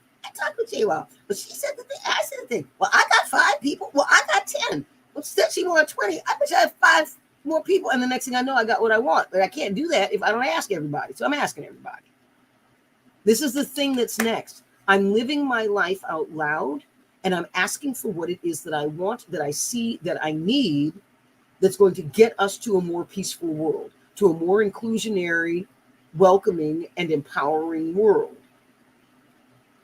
These are the things that I need. By being able to say that we called people together as if we were calling an ancient gathering, except we do it in a virtual space where a whole bunch of us invite a whole bunch of us so that the ones who need the Mojusin know where to come and they can get it. I'm learning that my job is to make sure that there's a place for people to come, that there are lessons for them to take, like the safety classes. I'm doing the safety class right now. Being and feeling safe. It's the art, science, and skill of creating safety, sovereign awareness from everyone. Thank you. I'm doing that. Here's what happened. 3 hardcore people, 4 showed up the first week. The next week is about double that. I figure it'll probably stabilize. Maybe I'll get surprised. It'll be double that again this week. I know the difference that this class is making. I'm watching, folks are sending me their homework, and I'm watching it make this massive difference in how they will be, how they generate safety in a space. I have straight up told people, we get enough people taking this course at gatherings that tend to happen with my tribes. When you've got 30% of the people who've taken this course or already do something like it, because there are people who naturally do this, it's just most people don't. So people who have taken this course, when you get 30% of the people at a gathering where you are doing this, you've just flattened your rape rate. Because now you've got 1 out of every 3 people looking out for everyone, and almost anyone can look out for 2 other people. It's a numbers game. It's a numbers game. Predators are going to hate this. I want all the predators in the world to hate me. I want them to hate how what it is that I put out makes it so that there's no place for them to go to do harm to people, because that's what I'm going for. I've done my part. I've written the thing. I'm ready to teach it. I've got the spaces. I literally need people to give enough of a shit about their own safety and making safety for other people to come to me and come learn so that they can do exactly that. It's 4 sessions out of your life. I'm doing my part. I'm being super logical about this stuff. And I'm also telling people, I'm not begging. I know what I'm building. Eventually, enough people will figure out that I've got shit that makes their lives better everywhere to where they'll come find me. They will bring their wallets. They will come find me. They will learn this stuff. They will tell their tribes. They will be the guardians that they are meant to be. They will be better leaders. They will be more successful. They will make more money. They will be happier. Their people will see that. Their people will want more of that. They will want it for their people. They will come over here and get the motions that they need, so that then they're surrounded, because there's no jealousy. They're not looking for people to kiss their ass. They're looking for people who are actually going to follow them and get shit done in the world. So if you are an actionist who wants to be followed by actionists, and you would like for them to be trained and be happy while they do the things with you and for you, then have them come here, get trained, and then we all get to have the better goods. That's the plan I got laid out. That's the plan I got laid out. Not looking forward to that coming. I'm not quite sure what you're not looking forward to having come. It's obviously working. Whatever the fuck I'm doing, I'm figuring something out, stars. And really all I'm doing is being a boomer. I'm an old lady. I'm being a boomer in public. The thing that's special about me is that I'm transparent as fuck. I mean, yes, I have an unusual life. And what's fascinating about me is that I'm willing to be transparent as fuck. I just, I was looking on my feed for Facebook. I got a post on there that starts off, I had an abortion in 1978. That's the first line.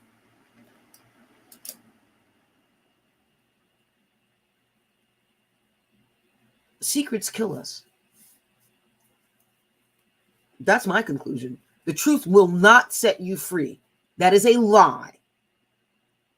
If it was a bad enough truth, it can get you killed. It will certainly get your ass kicked. That's not a reason not to tell it. There's the rub, sweet ones. Well, if the truth isn't going to set you free, then why would you say it? Because it's the truth and it needs to be said. Can't build a world when we don't know whether or not the structures that we put in place are actually going to stand up. Truth is one of the structures of a sane, viable ecosystem that involves human beings. Truth is part of that healthy structure. So getting good at the art and science of speaking the truth, because there's a timing thing in there too. Getting good at the art and science of speaking the truth actually, lowers our blood pressure, frees us up, gets more friends, has us make more money, has us make more of a difference. Okay, if you insist.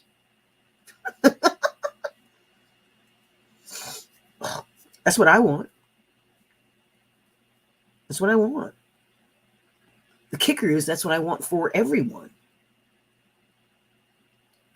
So I built things so that everyone can have it. And I know LJ, and I can feel her coming up. I can feel myself, my hands are starting, da da da. And she's like, I don't understand why everybody doesn't want it and they don't come get it. And I tell her, sweetheart, there's a linear time thing that we're dealing with. People don't know to share. People don't know that they can share. I cannot believe that people still ask me if they can share. Do you mind if I share? And I'm like, what part of me writing "share this please" in all caps 4 times at the front of this did you miss? What happened to my saying "please share this" 9 times during the course of the thing did you miss? I hate that it's called sharing, because what I want to really yell at people is, if you are the aggregate of the 5 people in your life that with whom you spend the most time, and you love me as an up level to your life, why haven't you yet introduced me to all 5 of the people that you spend the most time with, so that they can be up leveled, so that you can be up leveled by them being up leveled? It's a logic thing, folks. That's what I did.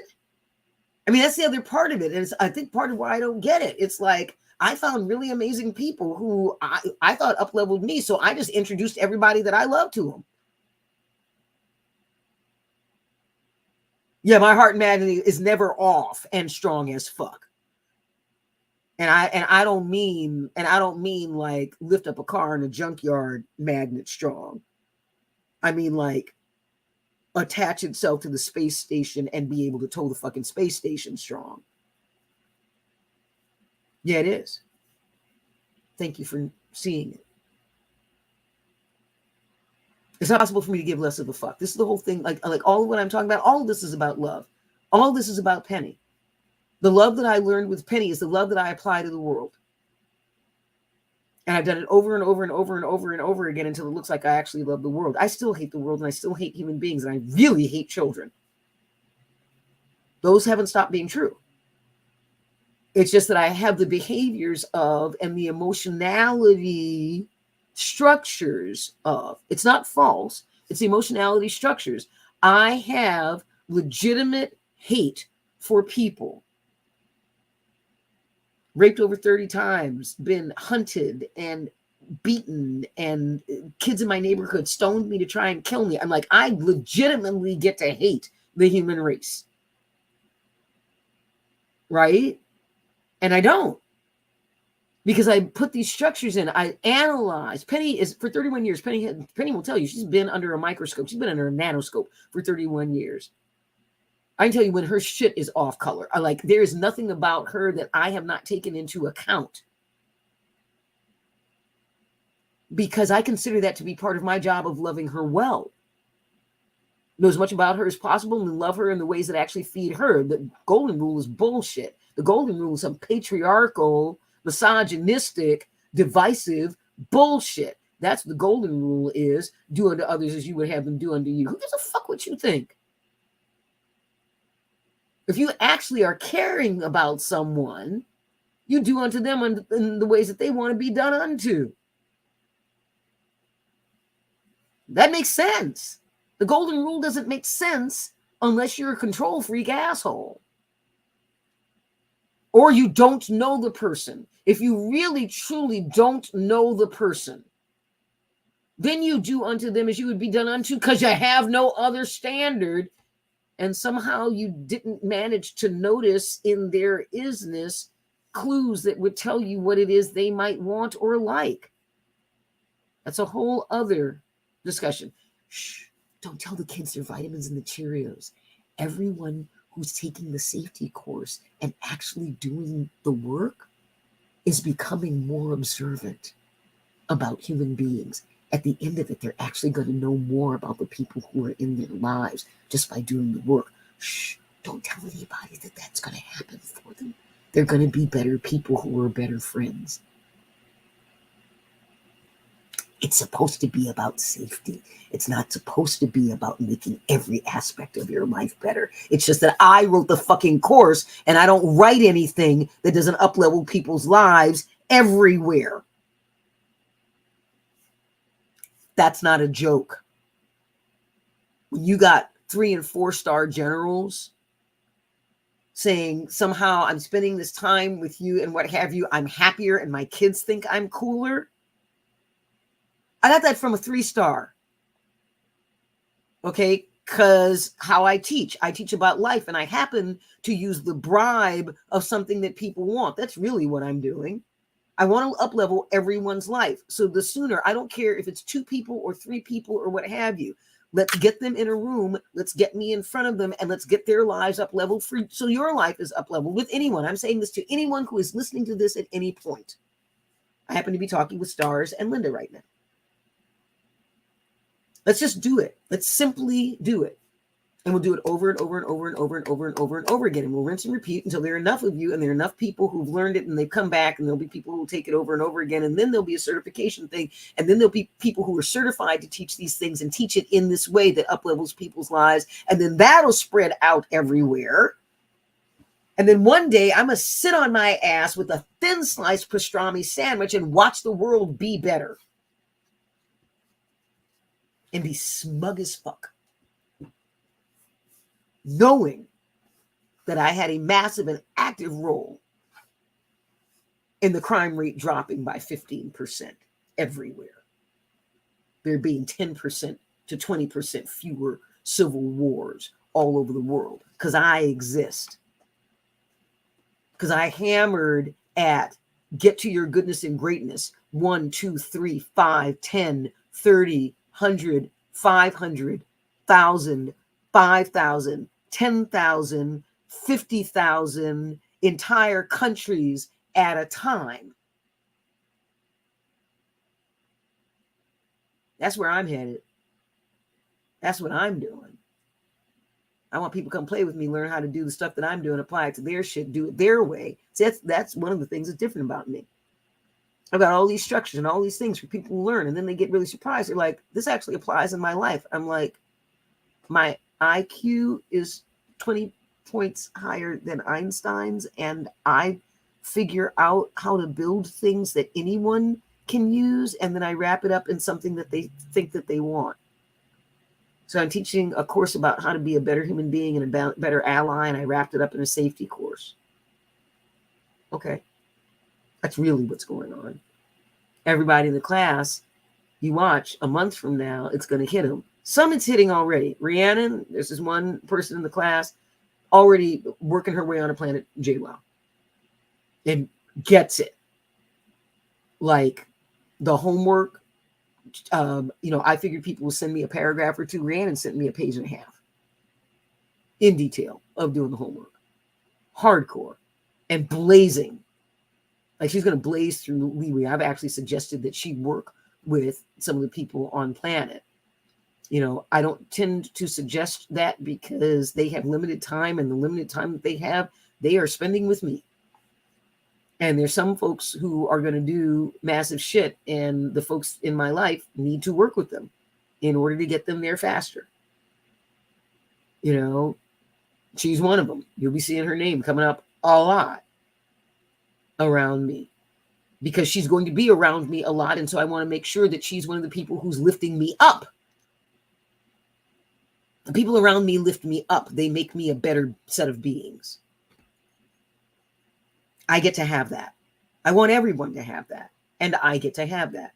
I also get to say, lifting me up is a bitch and a half. No, you don't want to be here. The folks who are actually on planet, about half the time they're emotionally carrying me so that I can get past wherever I am and get into my empowered place again. That's what they do. It's like, yeah, nope, you're going to do the mud puddle thing, and I'm just going to carry you over here and sit you down here, and now we're following you again. Great. I don't feel badly about it anymore. They're like, why do you think I carry this unit that you can step in and it lifts you over things and sets you down? It's here so that it can lift you over things and set you down. The world gets better, and we get to make it better faster if we just take care of you. Hello? Yo, Jules, seriously, this is not rocket science. Okay? That's the response. I want for everyone, for that to be their response from their friends.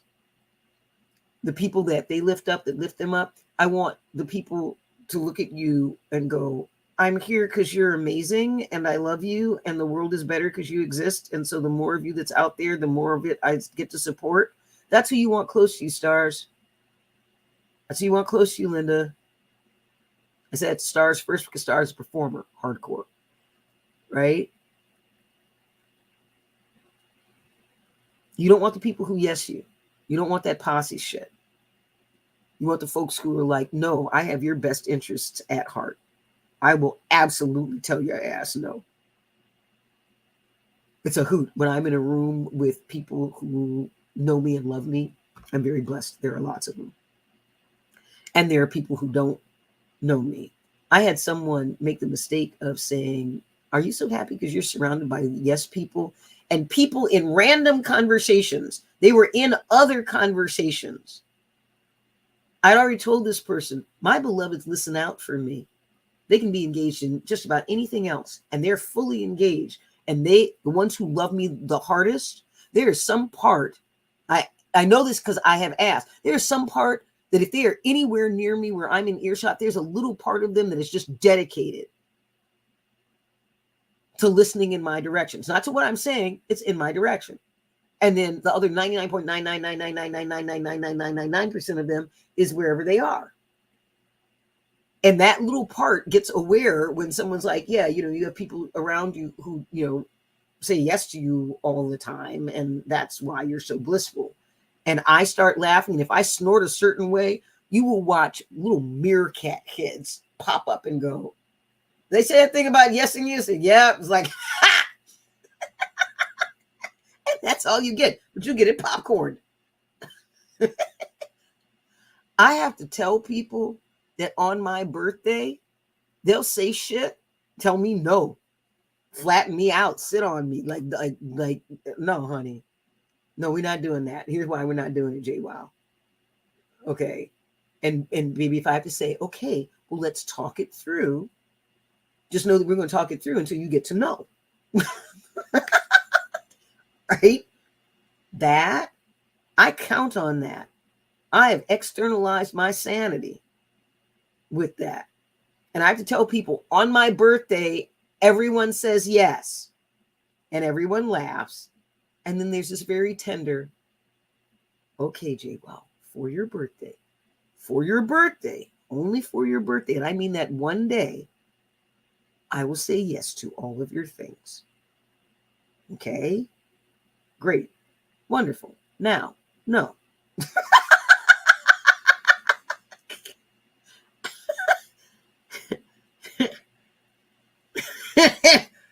It's great. It's great. Really. Because I'm going to do stupid things without any help. To have people who will not co-create my crap. I literally, I have a phrase. I refuse to co-create your crap. JWoww. Like that's a quote. All right. I don't want anybody co-creating my crap either. I do my best to clean my ass and not have a whole lot of crap going on. And I just sacred, healthy, intimate teachings everywhere. And I don't need anybody to make any extra for me. Instead, she says, bringing it back around. Instead, I'm loved so much and so well. Because just because people love you doesn't mean it's the love you need.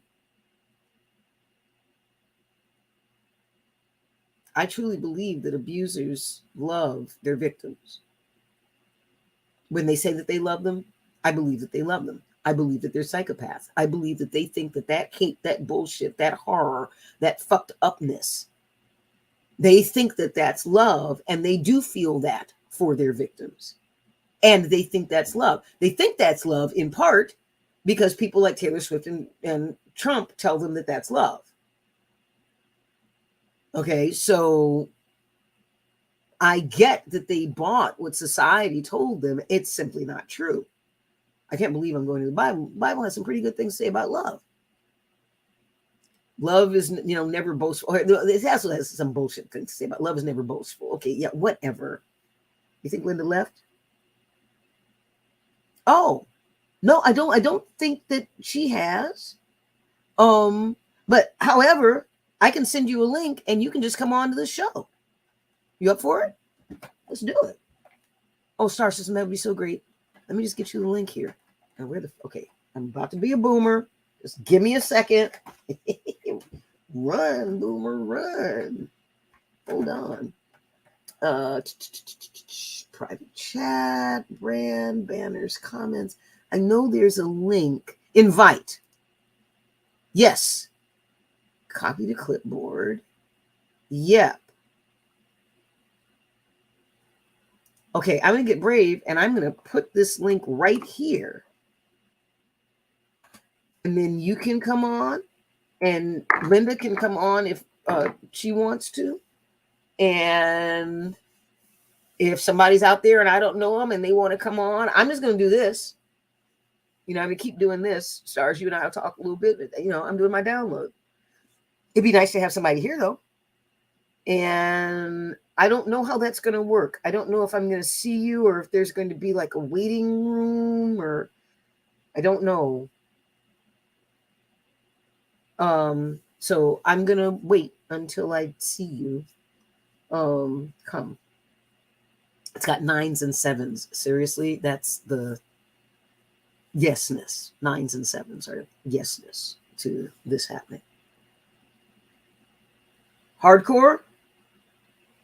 What's hardcore? I'm not quite sure. I think you're about 4 minutes back from where I am. More yes and people. More that I get more yes on my birthday. That is true.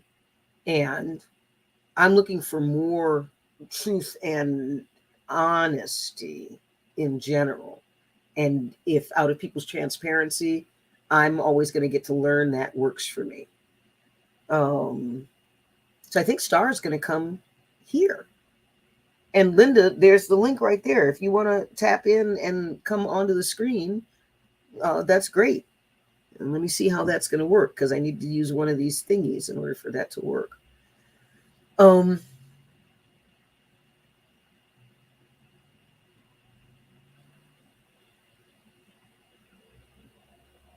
Yeah, and yeah, if we connect on StreamYard, then we'll be able to be live right here together, which will be like Zoom.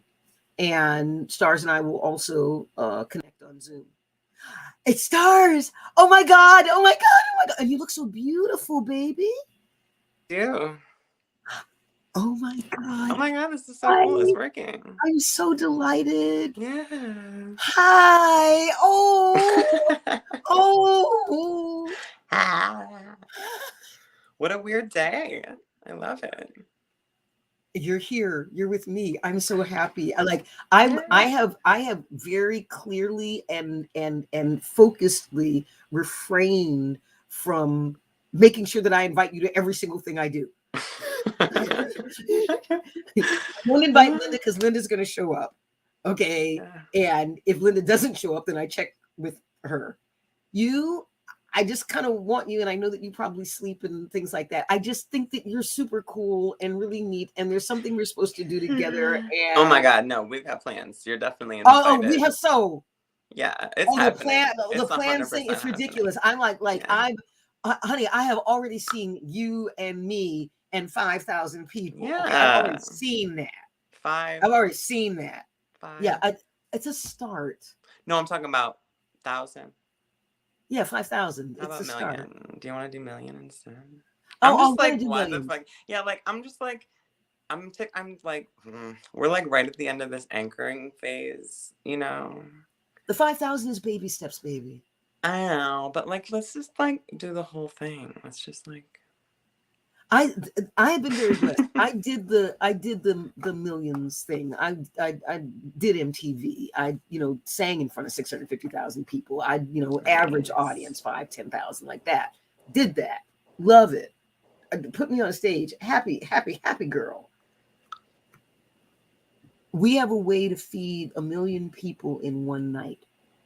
We had 2 of the people who created the Los Angeles Olympics jump my shit at a conference and say, when you do that, we're there. We want to do that with you. Okay, like Amazing. I've got this. It's called Million Meal Miracle, right? And I saw it straight up. I had someone who does documentaries for the Smithsonian and National Geographic borrow money from her own savings account, and her sister, who runs her film company, borrow money from her savings account, and they paid their National Geographic film crew to film me for an entire day. They paid them full That's union rates awesome. to film me Holy 3 shit. days after I was given the vision for how to feed 1 million people in one night. And they filmed it because she looked me in the eye and she said, if you don't do this for another 10 or 20 years, we're not going to have you the days after it again down the road. We can't come back and get this footage. So that was about 12 years ago. Right. And so here I am about 1.5 years, 2 years out from putting this thing together. And we're going to have B-roll footage from when the idea came. Yeah. Okay. So that's going to be cool. Honestly, I remember someone told you that she was going to work on editing video for you. And that hasn't happened. That didn't happen. Hasn't happened. And I apologize for that. But that's because you talking about yourself? Yeah. Oh. I mean, I'm talking about Grace. That's what I'm talking about. She's not here right now. Yes. But Okay. Yes. Yeah. You're talking about your meat sack. I'm talking about my ham bag. Yeah, your handbag. I like that Handbag, handbag. I like yeah. that. Your handbag. Yeah. Meat sack. I got that. Yeah, Star is actually on, Linda. You're about to see Star. Linda's about 5 minutes behind us on the video. So you're about to meet Star. Star is on video. Sorry, I thought that you left, Linda. I thought that you said you were leaving, so I had assumed that I missed that. No, but she didn't. I was wrong. She's still there. Linda's. I never believe Linda when she says that she's leaving. Just so you know. That kind of goodbye. Excellent. Yeah. Gotcha. No, we adore Linda. Whew. So yes, and I already love Linda. Yeah. I'm so glad because Linda's the anchor ring that beings like you and me can really use. Yeah. Looks like I'm about to smoke something to calm myself down, and I'm gonna do that. And that's you're kind of my welcome lifestyle. To. Yeah. I was going to have some. There are people who get to have birthdays because I smoke pot. Yeah.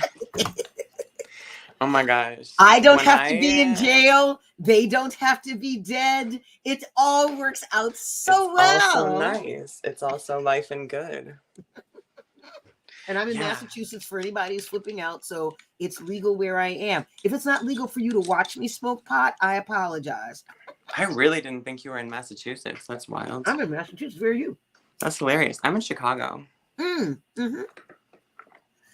It's so funny. Can I do this sideways? Let's find out. Bam. Okay, yeah, that's even better. Sick. Okay. A name, or I'm just going to stick with stars. Is everybody kind of out, or is somebody particular out right now who would like to be called by name? If you want to, that'd be fabulous. It's Violet in Sydney. It is Violet. Hi. I think I recognize you, and I don't know you well enough. Yeah. And my 19-year-old Neil, I don't know how old you are. Violet. I'm millions. Sorry. I'm one of those. I'm Sydney. I'm probably like 26. Yeah, okay, because there's somebody in there that Neil thinks is just really hot, and she's 19, and so nice. Yeah, I mean, that's part of our whole thing. We're just hot as hell.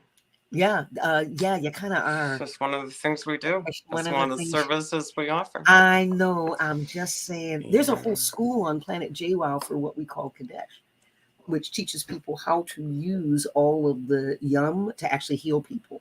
Mm-hmm. I love it. You've got so many good systems in place. Oh, it's just crazy. That's my thing. It's like I can't even come up with a metaphor. It's so perfect. It's sublime. You have a fabulous setup. It's magnificent.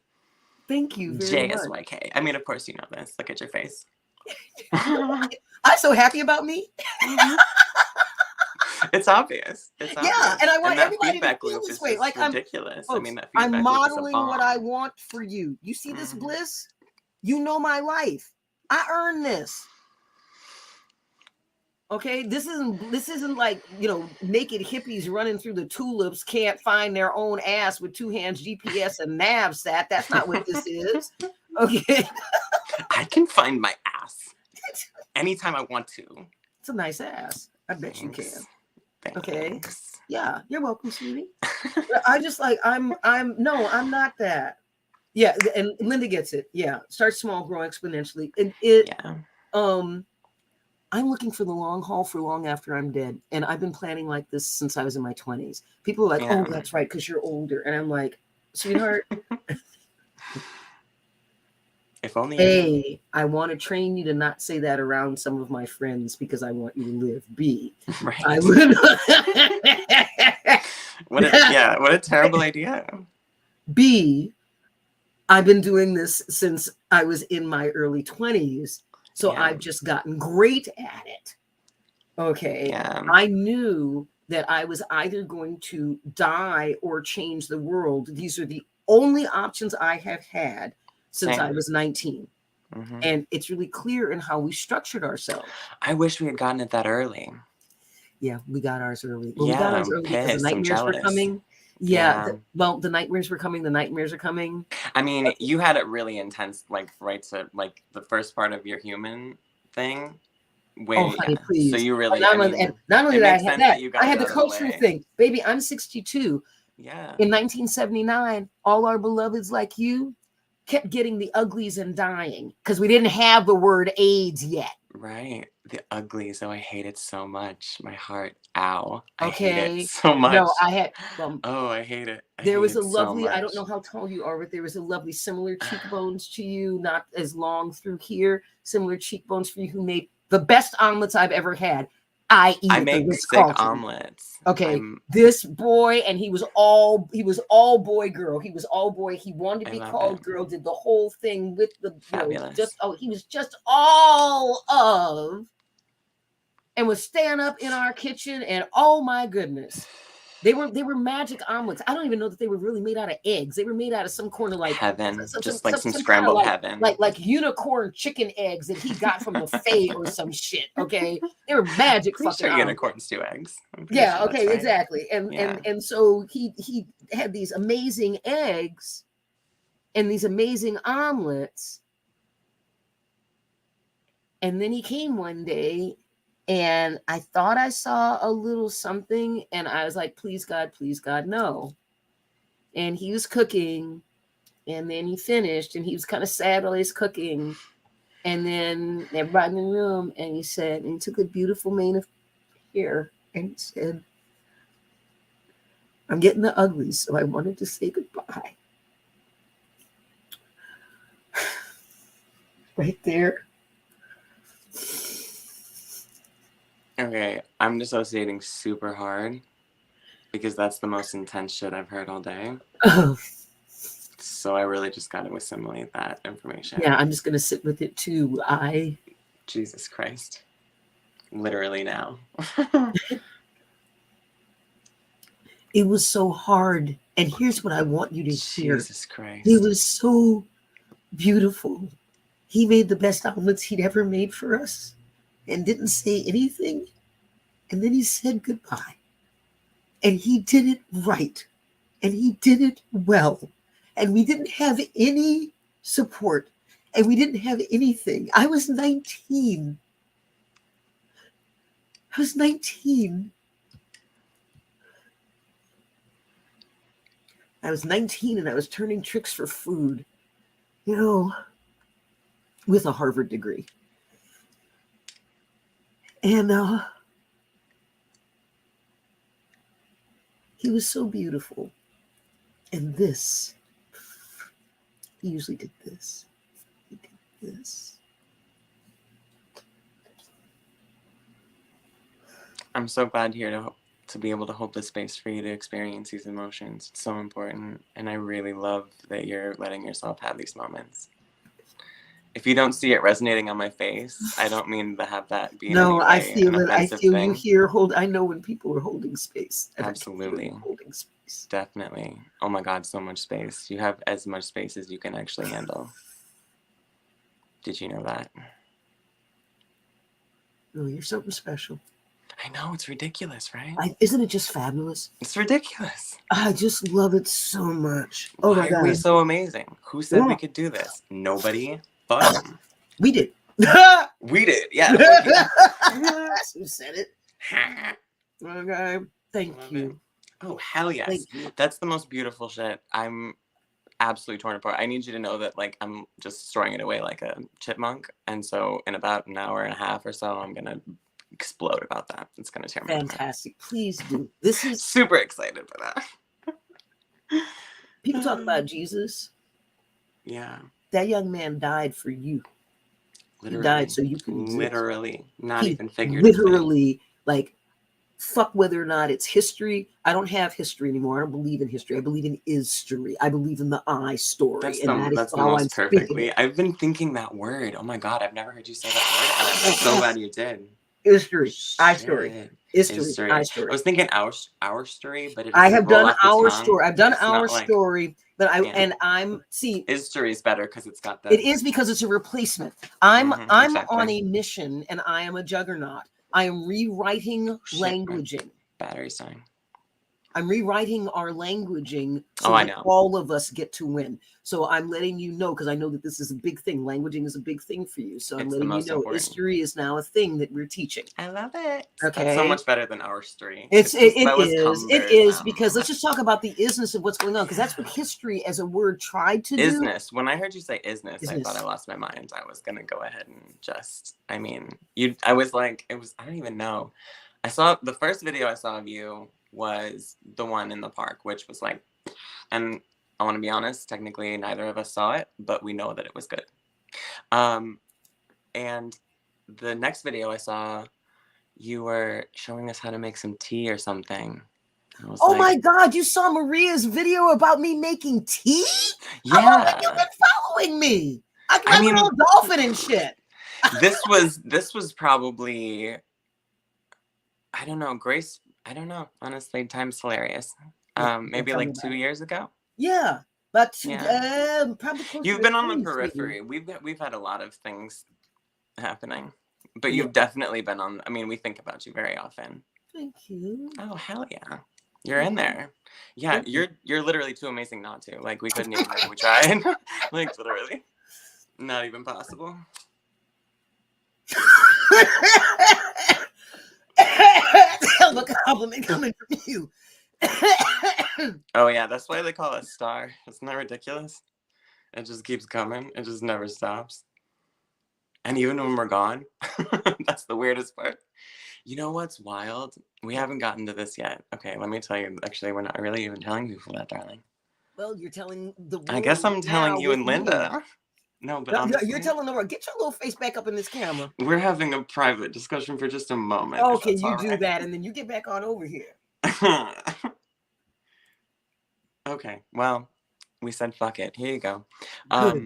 The idea is, the plan is, the long-term plan for us is, because I want to be really honest with you, I wish I had the brain that could put together a petition and edit all these videos and stuff, but our brain just isn't quite on that executive Your brain's function really busy doing some other floor. things too. Exactly.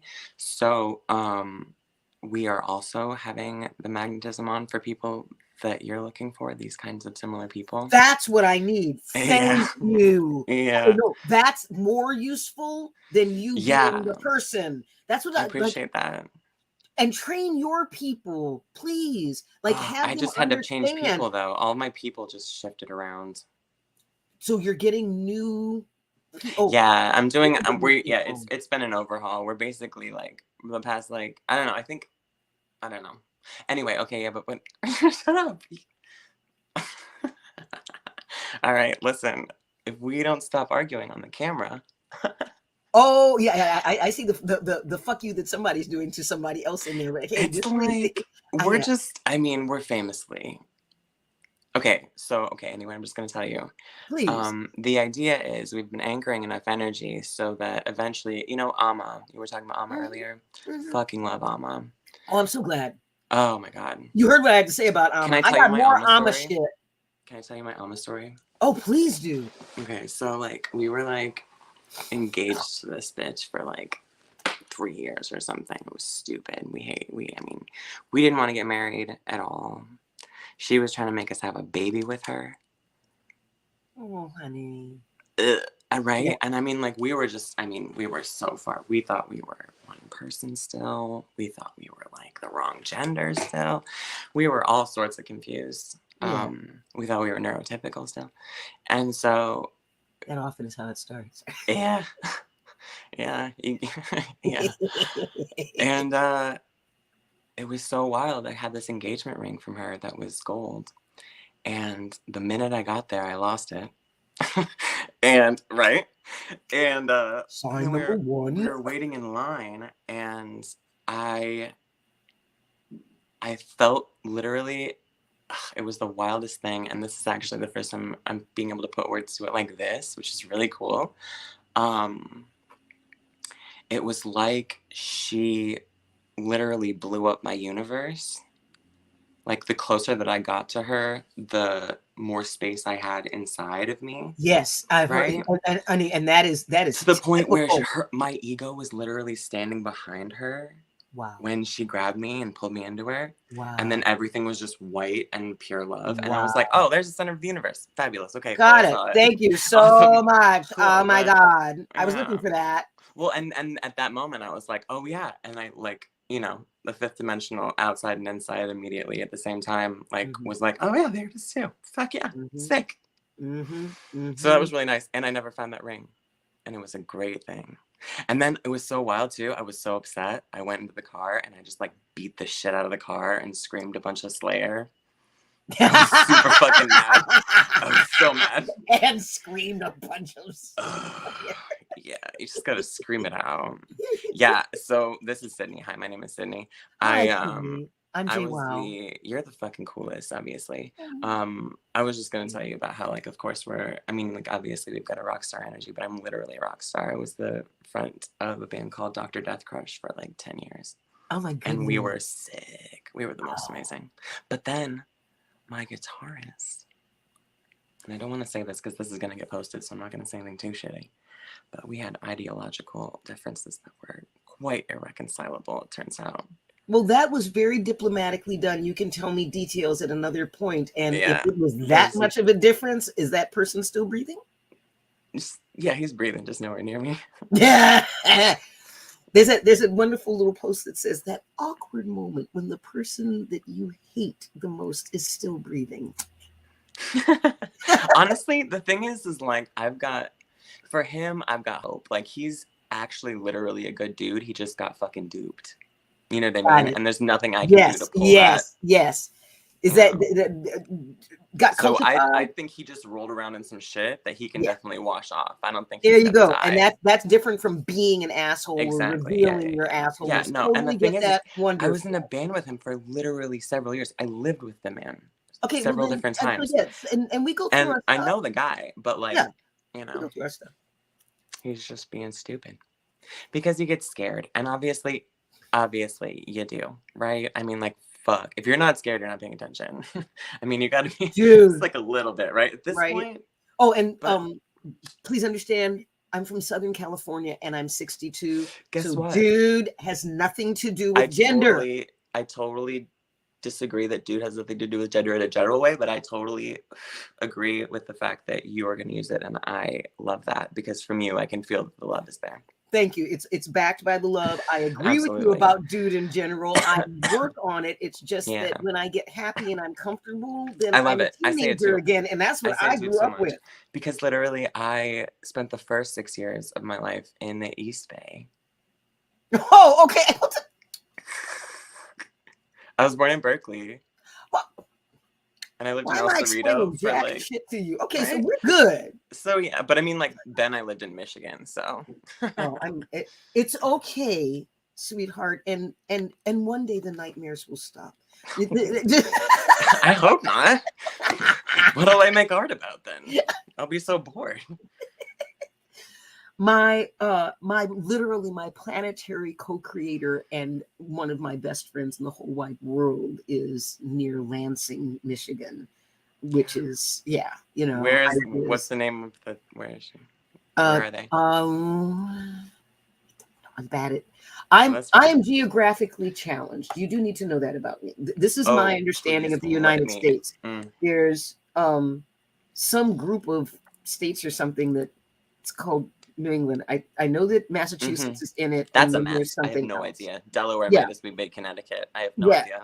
Yeah, and then there's New York, of course. I can recognize New York. New York's got a good You're shape. right, New York. I know Louisiana. My mom is from New Orleans, and it looks like It's a boot. Yeah, anything that's a specific shape. Biggest I know. thing in the country, Texas. My daddy's from Texas.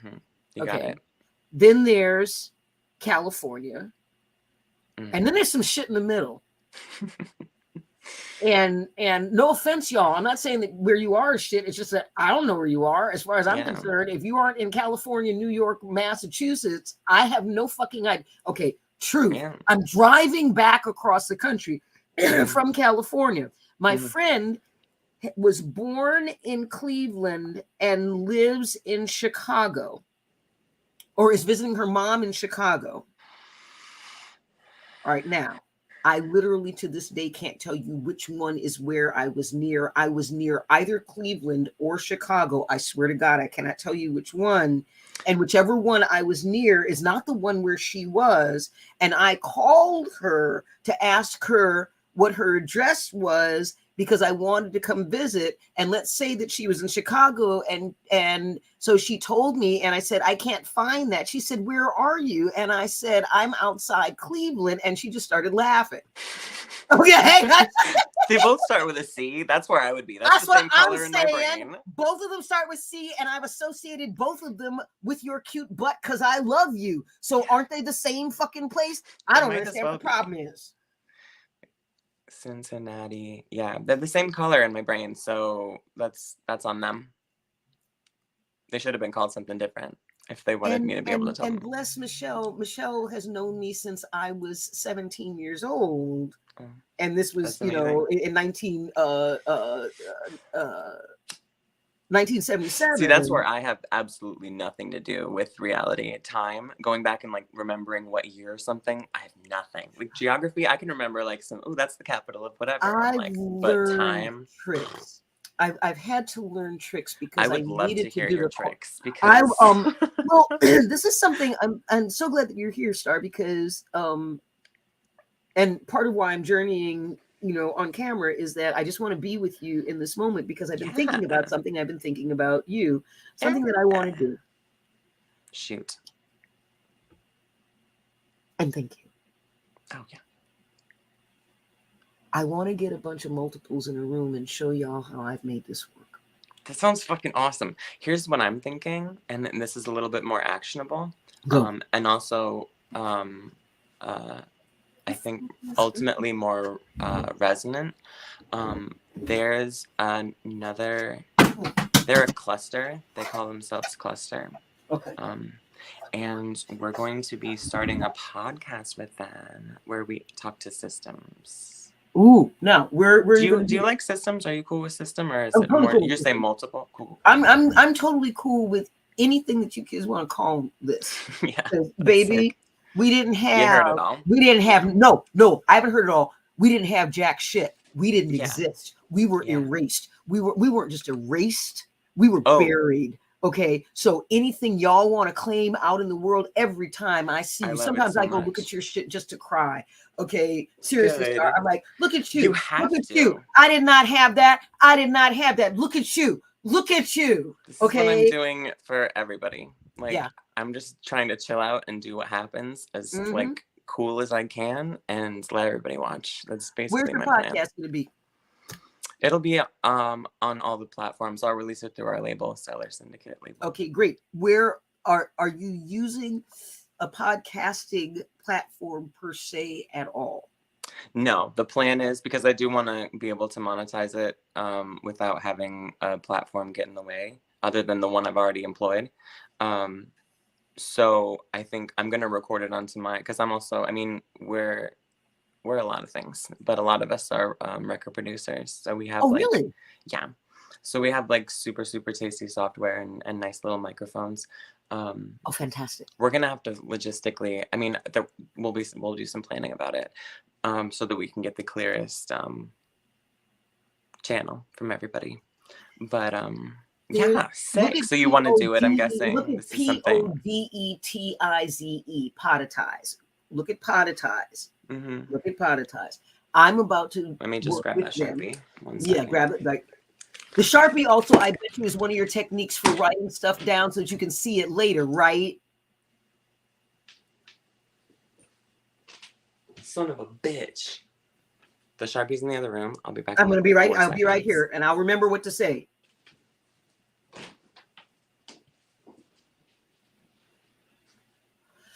Wasn't that diplomatic, Linda? Diplomatic as fuck. And I want to remember what Star said because I want to use that the next time I want to talk about a fuckhead. One of us brought the living room Sharpie. One of us brought the bedroom Sharpie into the living room, and the other one is never going to forgive Got that. it. We have the right Sharpie in the right place. You gotta have. We gotta have one in every room because we have ideas. And Oh yeah, that's what are you gonna do? It's called podetize. I'll get there. PODETIZE. Let me tell you about podetize. POD.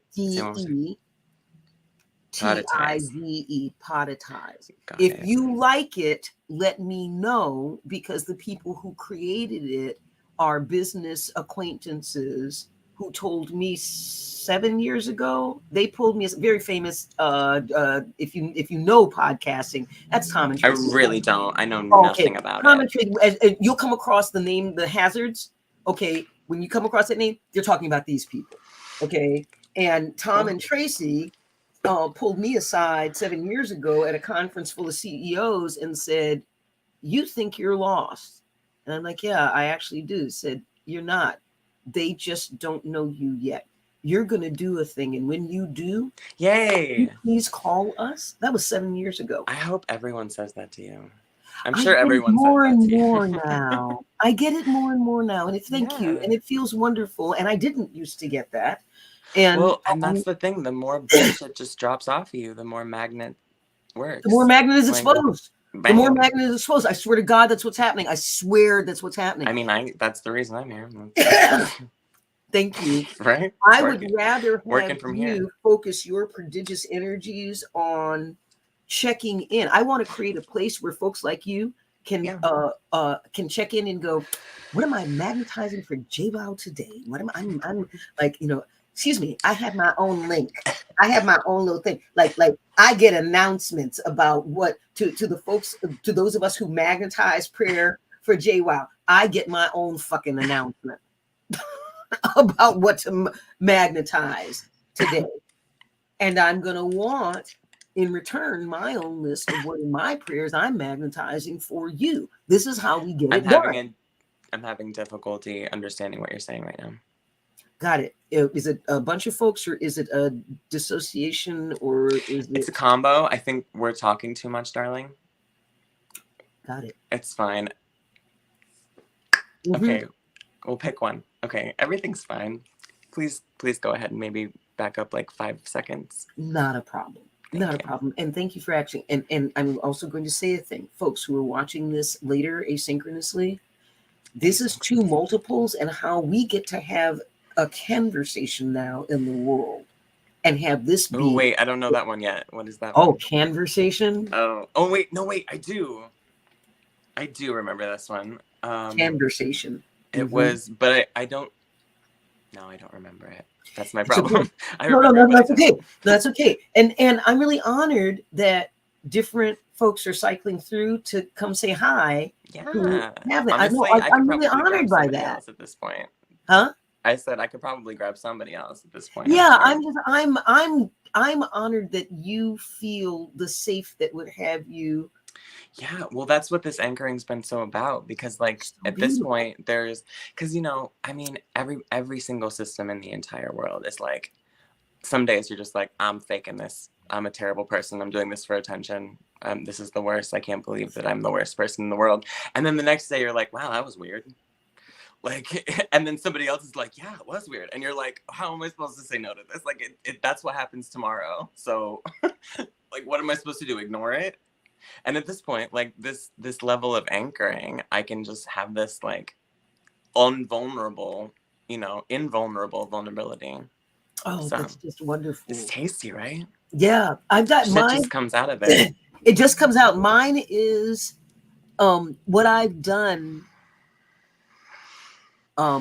because of our past, and because of the commitment that we made to use the handbag meat sack that we Yes. have. I really like that a lot. Handbag's just like a little bit more like loving, I think. Yeah. Meat yeah. sack's kind of like meat sack. You Yeah, know? yeah. Handbag's kind of Which like is yeah, exactly. Which is why I smiled when I said it. And I also thank you for seeing that about meat sack. I have hated the thing that I'm in most of my life. Right? You just Okay, have so to. it's a And I'm like, fucking why? meat sack. Okay, I just leave the Right? fucking off most of the time. Okay, so Yeah. I think I'm being polite. Yeah, absolutely. If meat sack is, oh my God, absolutely. And if I meat sack really is wanna- polite, like meat sack's beautiful. That's an acknowledgement of your body. People, It's at least I'm nothing acknowledging but that. Sweetheart, I had a tumor the size of a basketball that I didn't know I had. You want to talk about ignoring your body? That's the most The size of a basketball. The size of a basketball. That's The the size most of a intense basketball that I did not know I had. That's so intense. Okay. Oh my God. It's like, I Oh. can't even make that word happens. Shit. I want got to nothing. I want to show you something that I think that you specifically will appreciate. Okay. Me. Okay. Yeah. Yeah. Somebody. Yeah. The collective. Fabulous. Thank you. Yeah. Okay. Yeah. Absolutely. Yeah. I'm sorry. When I speak, I won't speak to you singularly unless I speak to you singularly. Yeah. Well, you don't know us from each other at this point. Yeah. But So I just speak to the collective all the time, and then you can come forward and That's let why me know. Star's so good.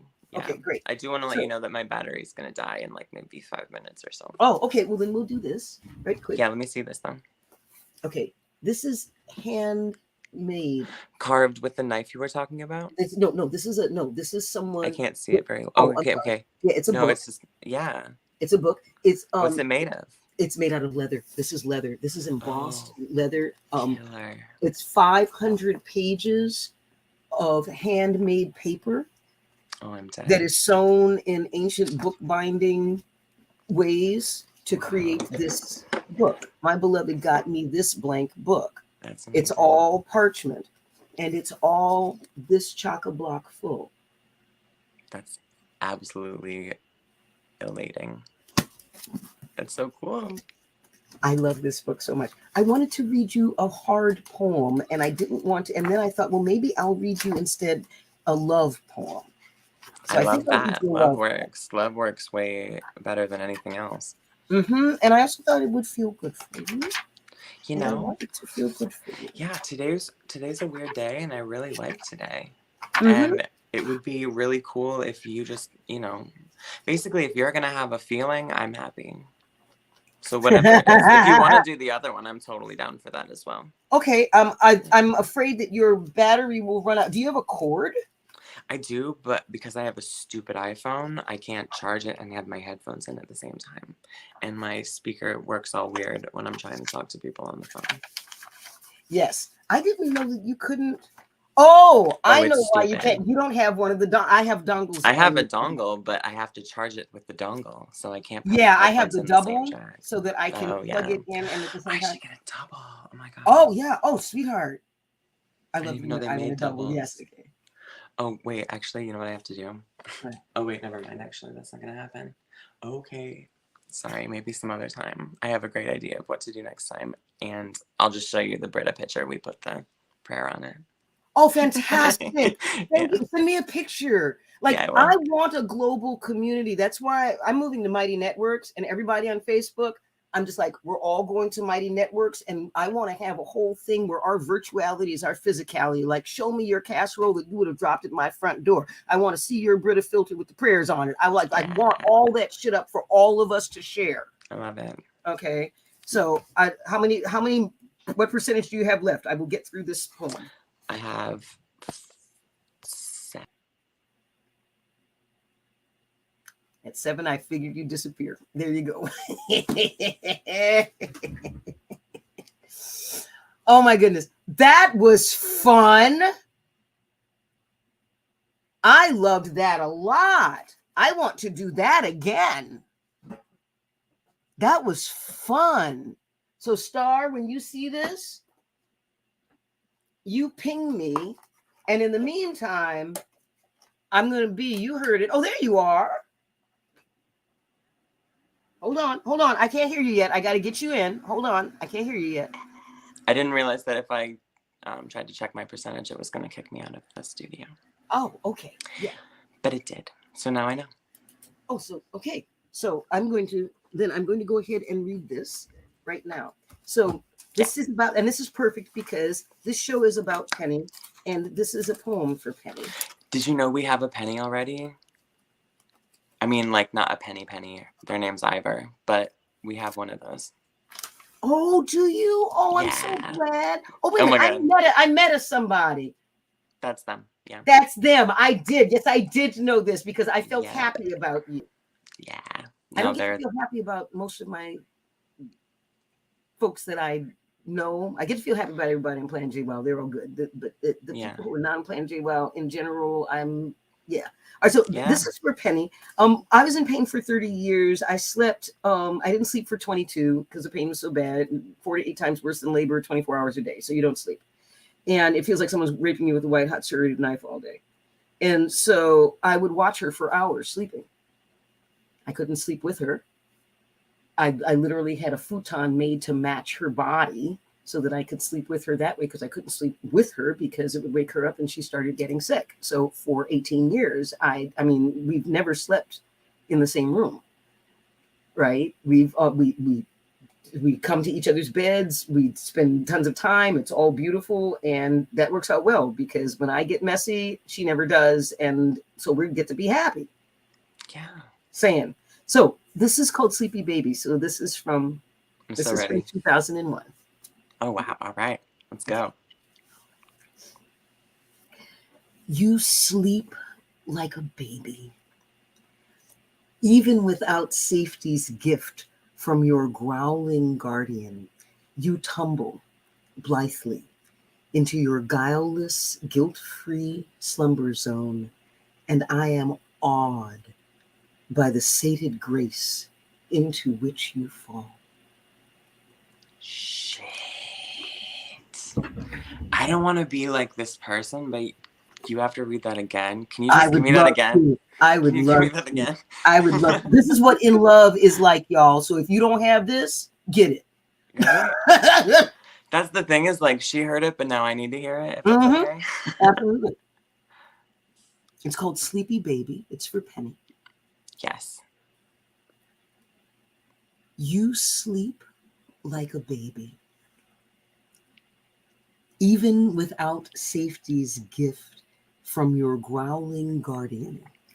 You tumble blithely into your guileless, guilt-free slumber zone, and I am awed by the sated grace into which you fall. That is so ridiculously good. I have to ask you at this very moment if it's cool if I use that to make a song, because Jesus, those words fucking rule. I will send you a copy of this poem. Yes, please do that. I'll probably put it in a song and I'll send you that. That would be lovely. Oh my God, that's ridiculous. Yeah. Thank you. Oh my God. And then I believe, if I'm not mistaken, I'm going to be able to try to look into this, but I think I can just like credit you as a songwriter, and the royalties, if I publish the song, would like proportionally. Yeah, I think DistroKid does it does happen. And you are in the music industry. Nan Wilson is one of my friends. So I can always get a hold of her, and just she's the royalties queen in Oh, music sick. business. Okay, Nice. that Nan Wilson. And so yes, I will. Sweet. I will find out about that. Fabulous. What Okay. a fabulous coincidence. Are you Isn't gonna it? read the other one? Oh no, this is all. That's just the first. That's just the first verse of the poem. Oh my god, oh my god, oh my god, oh my god. Keep going, please. Oh my god, I thought that was it. Oh my god. Oh Oh, my yes. god, I'm so excited. Oh my god, this song's gonna be so long. Thank you. Hell yes. You sleep like an infant. I can and have watched you for hours, snugly snoring and live. Your nocturnal ballet, a motion poem of playfulness and peace across the diagonal of the bed. Such easeful energy I enjoy but cannot emulate, and I marvel at the graceful miracles of your dreams. I can't handle this. I can't physically handle this. Like, what the fuck is happening? That's so good. Oh shit. Thank you. Oh no. I'm gonna die. No, you're not gonna die. You're gonna just live and live and live and let it fill every pore. Oh of no, all I of died. y'all. I died. Here I am again though. Oh, okay, fantastic. Sorry. Well, you're gonna do it like that. That's wonderful. Yeah, it's quick with this one. Okay, you ready for the next one? Yes, I'm so fucking ready. Okay. I literally fell off my chair. I saw it. I saw it and we recorded it. I mean, I'm so happy right now. In my Okay, defense, there was a sweatshirt on it, so it kind of slid. So I was like, not my. Still, I did fall out of my chair. I made stars slide, baby. I don't know You what you did. think you did. I know You what I slid a did. star. You slid a star right to the floor. I So did. okay, I please slid, keep going. I Please keep slid going. a stars to the fucking floor. Two. You slid two of them. Both of us Yeah. fell over. It's true. Thank you very much. Mhm. Okay. Linda's got to be dying over there. Oh, and totally said, that was diplomatic when you were talking earlier. I was thinking the same thing. Linda just wrote it right out. Right? Okay, that's great. Oh, I can't see the comments in the word. Oh, okay. Yes. Yeah, but Sorry, anyway, yeah. no problem. All right. Next verse. Yes. You sleep in a womb, silent, nestling, night black, nourishing healing that cradles even my hope-starved brutalities, Jesus. baking away my sorrows in the toasty sleep oven of your love. And I am humbled by the gracious goodness that you share with me.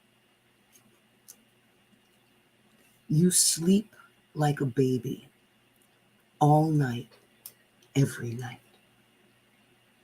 Sleep enough for both of us. And I fall in love with you, my baby, each night, every night, all over again. That's so fucking good. Okay, here's what I can't handle. Like you seem overwhelmed, and I love that. I'm so glad that you're feeling this because this I love her so so ridiculous. much. I love her more than air. I love her more than bacon. I love her more than anything in the whole world. I love her more than everything. I've never known anything more than that. That's the truest thing I've ever heard in my life. There's literally so much love there. I can't handle that the rest of that book is probably just all that some more. That's what I'm really overwhelmed about. That much love is in what, like, a stanza of that literally knocks me out of my chair, and that's the whole book. Yeah, and you just been sitting on this. Oh, Here. I didn't think of myself as sitting on it. I have it, and I figured eventually y'all would come find me. And so instead of worrying about getting myself out, Yeah. I'm like, I know where everything is in its catalog. Yeah. What are we doing? Like That's what I'm literally, saying. I made a choice. I made a choice. I was like, I could get this out. I could get this out. I could do what everyone else is doing and learn all the things and then eke my way out or what have you. Or I to could just organize be it and all let the the people who like to badass do that with do it, that. Exactly. organize it, and trust that Spirit's going to bring the people to really do it when the time comes. And God damn it, I'll be ready. I wrote a song for her a year before she came because I knew she was coming. And I was a Girl Scout for 10 years and I wanted to be ready. Every morning I awake, certain that I dreamed you here, dancing in the stardust in your eyes. Love we make is no mistake. It's not a whim or fantasy. Grant me this forever by your side. I've been told there's a heaven, joy without end, only if wishes come true. I say you're my heaven. Yes, my friend. I am in love with you. All right. There I are can 2 feel more this. verses of that. I played that at so many weddings. Okay, it's like I mean, like, I can't help but feel like we're gonna win a Grammy. I'm in. Okay, cool. You Well, do. no, actually, we're gonna EGOT is the plan. I would love EGOT. Yeah. I would love EGOT. That would make Look at me your real guitar. happy. Bang, bang, bang. This guitar is older than you. Guitar from 1962. I believe that. 1962. Can you hear that? I can hear that.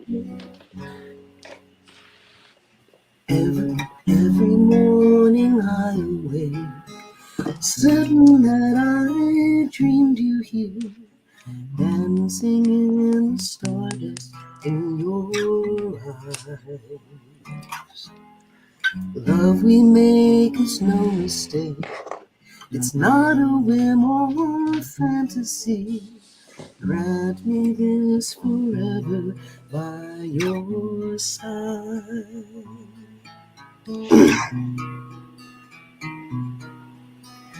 I've been told there's a heaven, joy without end, only if wishes come true. I say you're my heaven, yes, my friend. I am in love with you.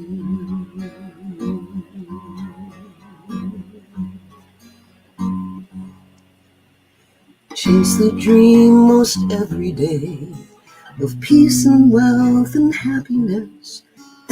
Maybe that's insanity of heart. A smile, a look is turned my way, and I lose my craziness. What a rare and precious gift you are.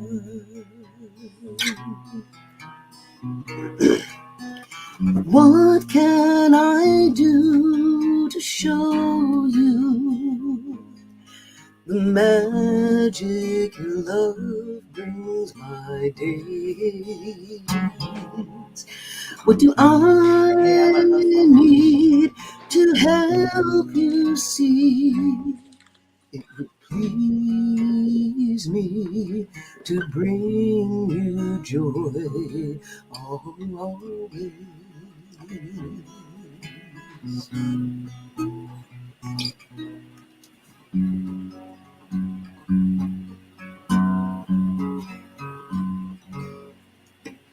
Touch your favorite fantasy, so innocent, so long ago. Happy ever after land was real. We're older, maybe wiser now, and living what were dreams before. This magic only friends in love can feel. I've been told there's a heaven, joy without end, only if wishes come true.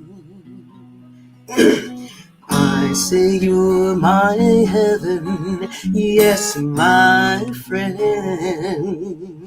I am in love. I've been told there's a heaven, joy without end, only if wishes come true.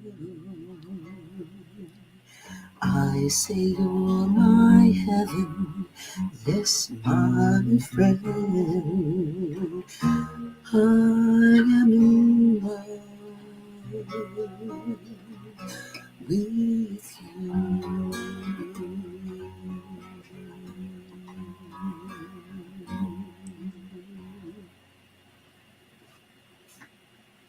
Okay. Okay, well, I just don't actually know how to handle that. That was the most amazing song. Thanks. Okay, so here's my plan.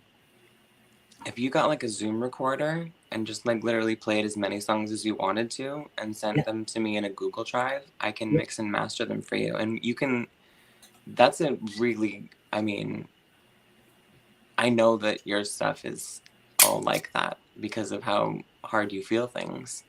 Yeah. Like you do it correctly. Thank you. And that's how you make art that good. I'm absolutely, it's so wild.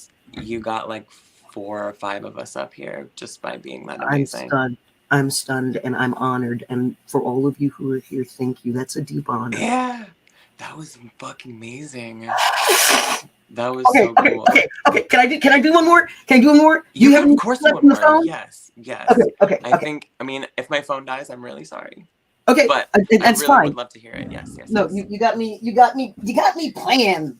You got to do it. You got to do it. Oh my gosh. I know it's out of tune and all that. I wasn't planning on singing. I had not warmed up. I'm all the caveat I'm things. having a good time. You don't have to give me that shit.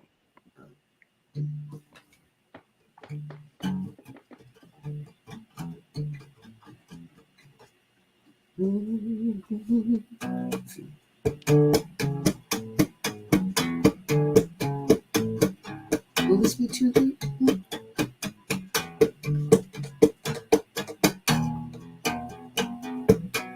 Life was a dance as we fucking chances we making some dumb mistakes. Yeah, let me just get my keyboard. Oh my god. This is amazing. What a fucking riff. Like, look at you fucking go. I'm dead.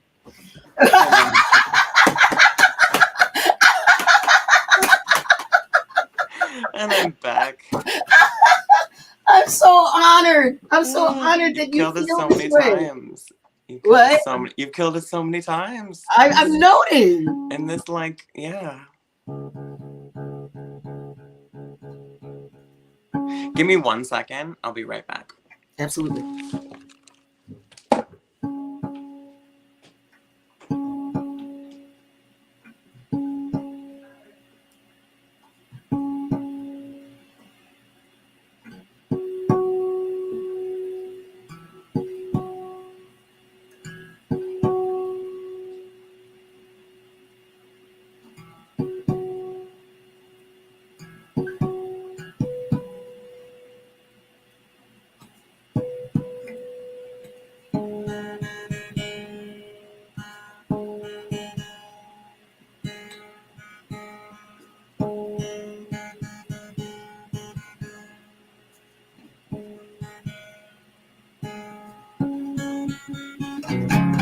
Better. Yes. Wait, let me pack a bowl and then I'm totally ready. Oh, fantastic. Good. Yeah, because that's what's got me playing. Right? Let's just get real. That's what's got me breathing still. Let's be Sweetheart, real. I have a. What was that? I said that's what's got me breathing still, let's be honest. Mm-hmm. I have right now.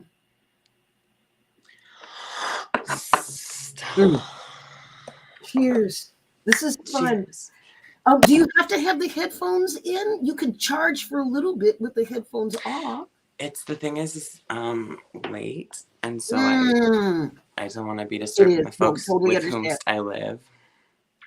Totally understand. Yeah. Plus, these headphones fucking rule, so everything sounds really nice through them. Oh, wonderful. Well, we got that for the music. Yes, we do. Okay. I'm so ready. You so make me feel great. Thank you. That's what I'm here for. Fantastic. Oh, I went for the keyboard.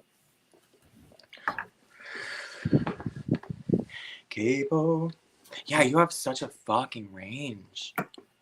Yeah. That's, I mean, I'm sure that's like one of the first things people say to you. Yeah, it is. And Yeah. and yes, I do. And it's a I'm really, really excited to hear more of your stuff. I'm dead.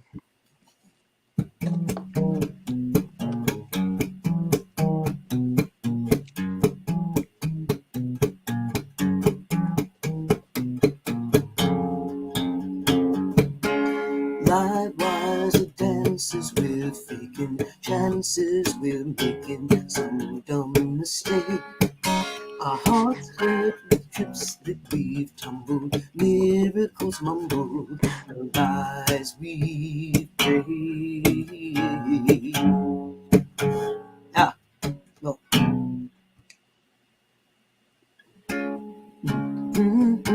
Trips that we've tumbled, miracles mumbled, the lies we've prayed.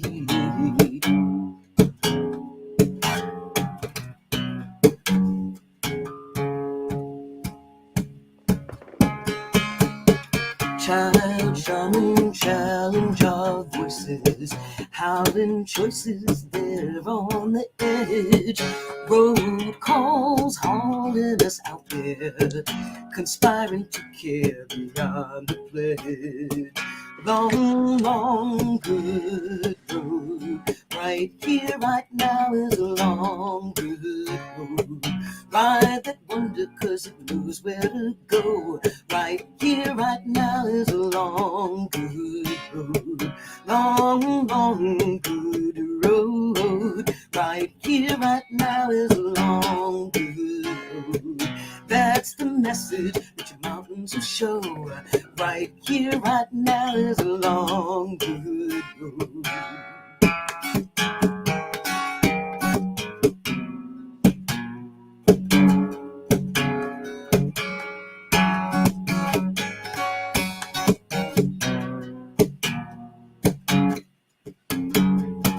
Love dances doors that faith opens, keeps running, hoping here on the edge. Hug your chance, surrender this chaos. It's great to get lost beyond the pledge. Long, long, good road. Right here, right now is a long, good road. That's the message that your mountains will show. Right here, right now is a long, good road. Long, long, good road. Right here, right now is a long, good road. That's the message that your mountains will show. Right here, right now is a long, good road.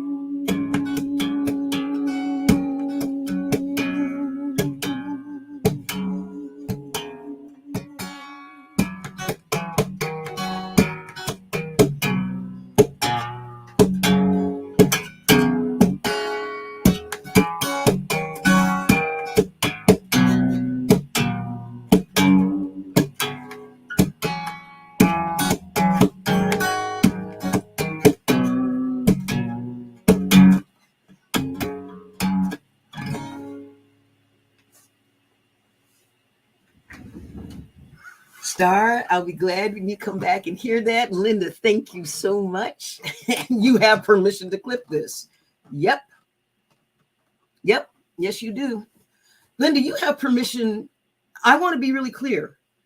You and everyone on the planet have permission to clip anything from any video of mine that you have ever seen. I encourage you to clip it. I want you to clip it. I want you to clip it. I need you to clip it. I want everyone to clip my shit 24/7. I want clip tracings to be something. Yes, please. I am designed to be clipped by the world. So there's a song waiting for you when you I heard the first 3/4 of that. Oh, fantastic. I wrote that the day after I decided that I wanted to live and not commit suicide. Oh my gosh. Okay, I'm so sorry. Okay. Whew. It was like echoing, but like at a 30-second loop, and I was in only in one of my ears, and I was like, this can't happen. I look like a ghost now because this is the lighting in my computer, but I'm still alive. I'm so glad. I've already killed you twice. Yeah. Oh, I mean, like twice. Let's be real. It's been at least 9 or 10 times. That song, it was too short of a good road for me, and I can't wait to hear the rest of it. I'm dead. No, I died again. It's like nothing I've ever heard before, and I just need more. I want to play you one more. Yes, please do. I just need to tell you another thing right in between these two things, and then after you're done with this other thing, then I'll explode all the way, and then you can feel like the full. Yes, I will. Like I want to hear it. Music. But this one's just the preamble. I cannot remember the last time I've been this blown away by someone's art. I'm just like elated. Wow. Yeah. Okay. I have seen how you perform, and that means a lot to me. Oh my God! Just wait. I had Jimmy Page. He said all the nice things to everybody backstage, and then he came to me and he said, "You're the reason I stayed." He said, "We came in for a drink. We stayed for your entire hour and a half set because of you. You were one of the most cyclonic performers I've ever seen in my life." I had no fucking idea who the man was. So when I saw his lead singer later, that's wild. Okay. I love it so much. Okay, so this is. So I wrote this when I was 16. I don't even think I can sit and play this. I usually don't sit and play. Yeah, that makes sense. Yeah, I'm shocked that I'm playing. You need to know that. I haven't, the guitar is sitting there so that if there's any chance that I might play, I want it to be right here. I don't play anymore. I don't sing anymore. Well, that's not true, so obviously. I know what you mean. I'm sorry. Yes. And no. I need this from somebody that I respect. Yeah. Well, obviously, you deserve it. And I mean, cheers again. Thank you. Cheers. I really cannot wait to hear this. Please play it. Oh, God. Okay.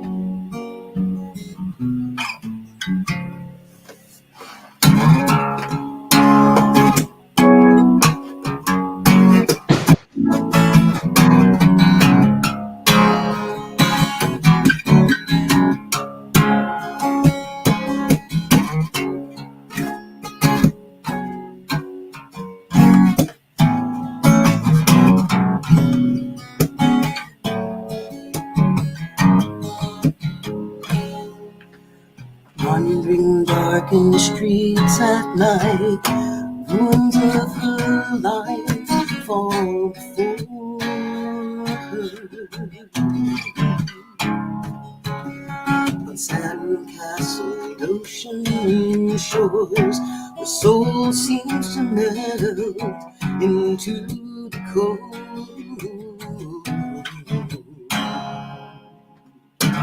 Timeline jets whirl her in their way, render shreds of hopefulness.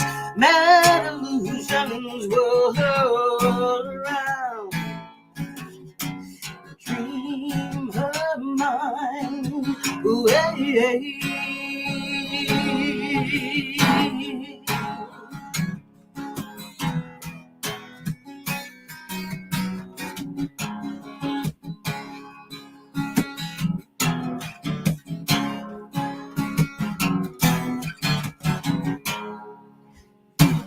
searching with the ever lost. She finds a place and promises of freedom grow. Shackled by her memories, she doesn't seem to know that she is she needs. Yes. Look up to the blackened sky and find a day to wish upon it. The separate worlds will begin again, but life goes on and on and on and on like a cloudless sky. Life goes on and on and on and on and on. Life goes on and on and on and on and on.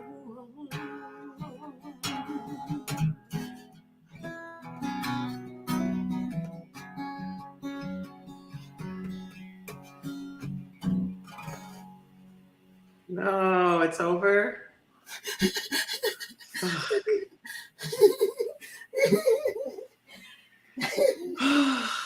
I am slain. I was You're so 16 fucking good. You're so fucking good. I was 16 when I wrote that. I wrote that in 1976. I was 16 years old when I wrote that. I wrote that for the first girl who let me help her not die. I wrote that a week after she let me help her not die. Nice job. Nice job all around. Thanks. God.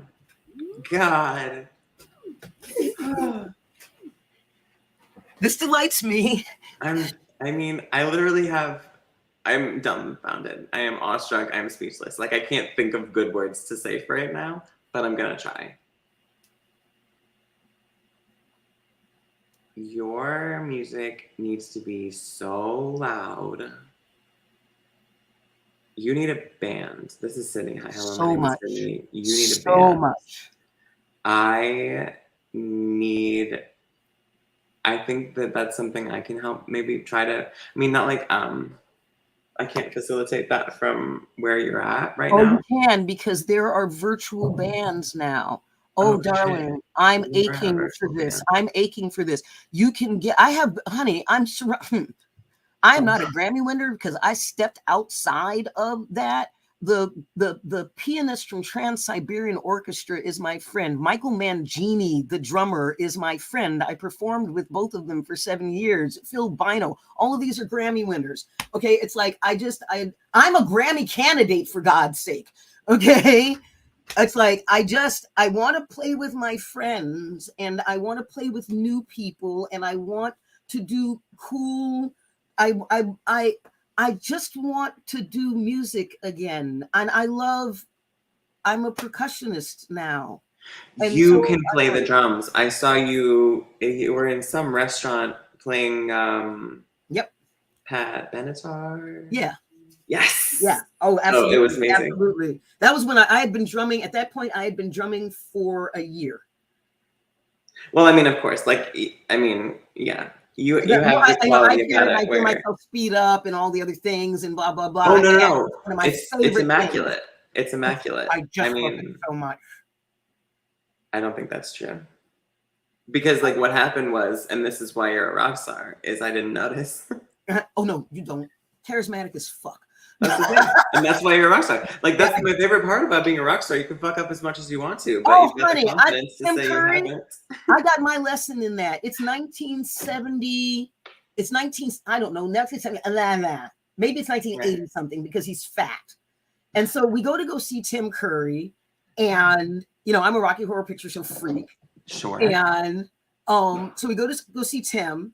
And he comes out, he is stoned and drunk. We know the drunk part because of the bottle that he brought out that he was halfway through. And you could tell that he was just stoned out of his mind, tripping his balls off. Okay. Excellent. And he's got no voice.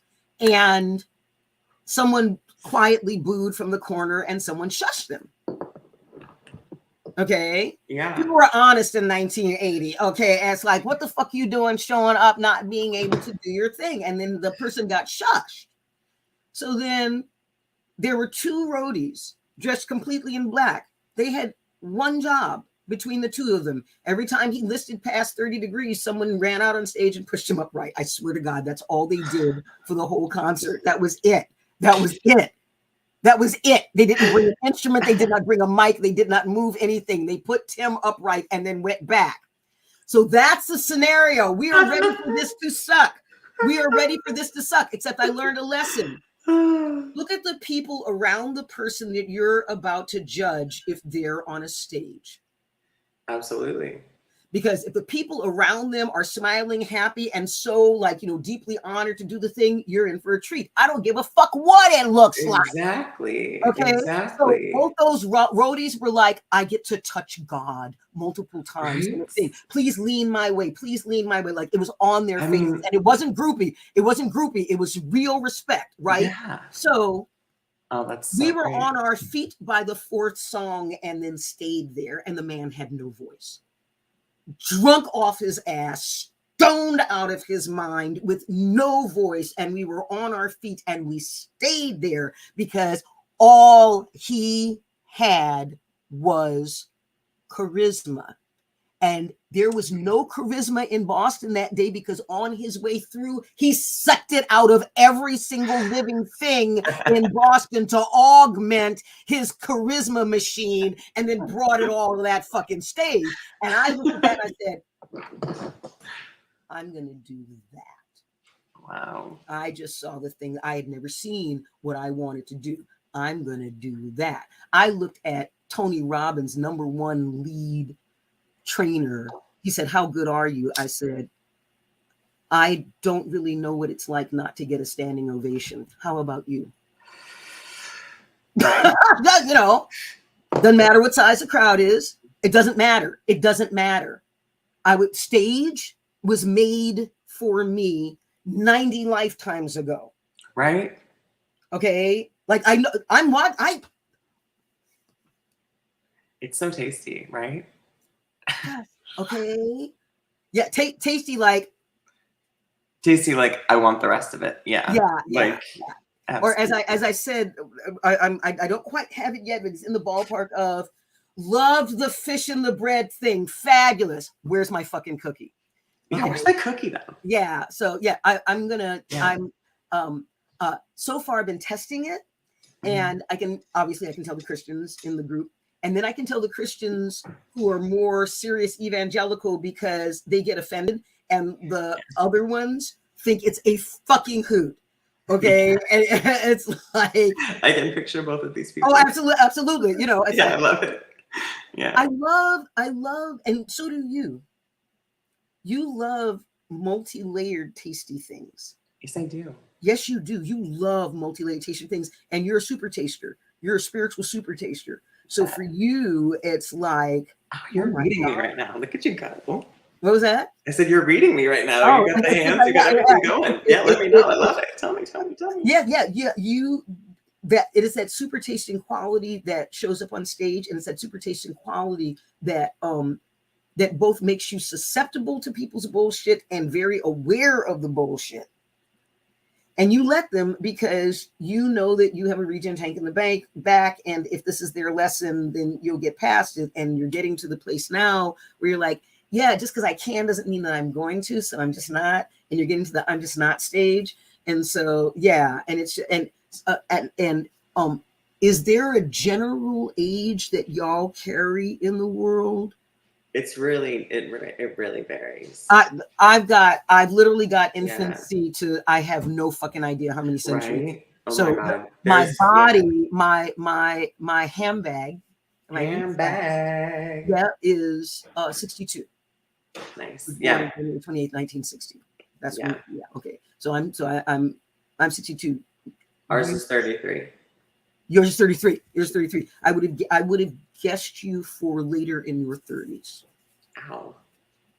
Oh no. No, I'm just kidding.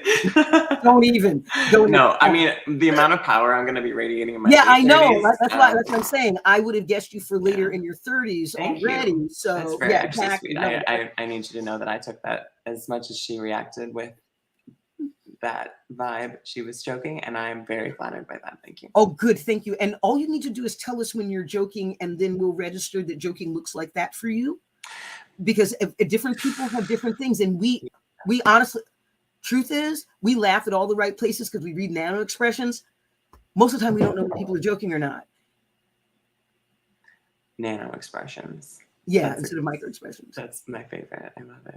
Yeah. Yeah, no, that's exactly. I mean, yeah, that's what you got to do. How else are you going to stay safe? Jesus. Saying. Wait, no, really. I'm just like, and I'm, for hippies, I make up all of the, spiritual thing, and it's the reason, it's the da-da-da, it's the kumbaya with some mustard sauce. And, it's like, I did it because I'm fucking paranoid. And so I pay attention to everything. It's that or die. So it's that or die. So I pick, cake or death, Yeah, oh my God. Did you just say cake or death? I'm going to die again. Oh God. I am always. Didn't expect such a rush. Oh my God, I'm dead. I love Eddie Izzard, obviously. Okay, I have. Did you know Eddie Izzard, is she her pronouns now? She's a woman. Oh, I'm Is so that- glad. I know. I'm so glad. I came across Eddie when Dressed to Kill first came out. Okay. Dressed to Kill. And it's the only Eddie special that I've ever seen. I've seen Eddie in things, not deliberately. Mhm. We own Dressed to Kill. Dressed to Kill is the most iconic. It's the best. It is. I go back and I learn things about American history. I'm just saying, okay. And there's some things that I've just flat out stolen, and I forget to credit him because I'm in the moment, because I am one with Eddie in that moment. So what I started doing is telling people what the moment is so that I'm crediting him, because I've tried. I cannot credit him in the moment, because if I'm at you gotta follow the flow. And if I'm in the Izzard, if I'm in the Izzard zone, yeah, if I'm in the Izzard zone, I'm doing some healing while I'm doing my thing. It keeps me on the light side of hell.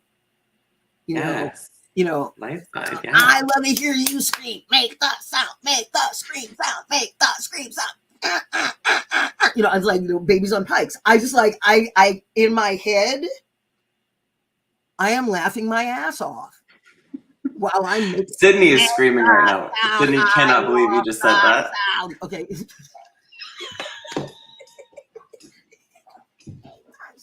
I love the sound. Make the sound. And baby, see, I have all kinds of qualifiers. I'll tell that joke loudly, and then I look and see who's laughing.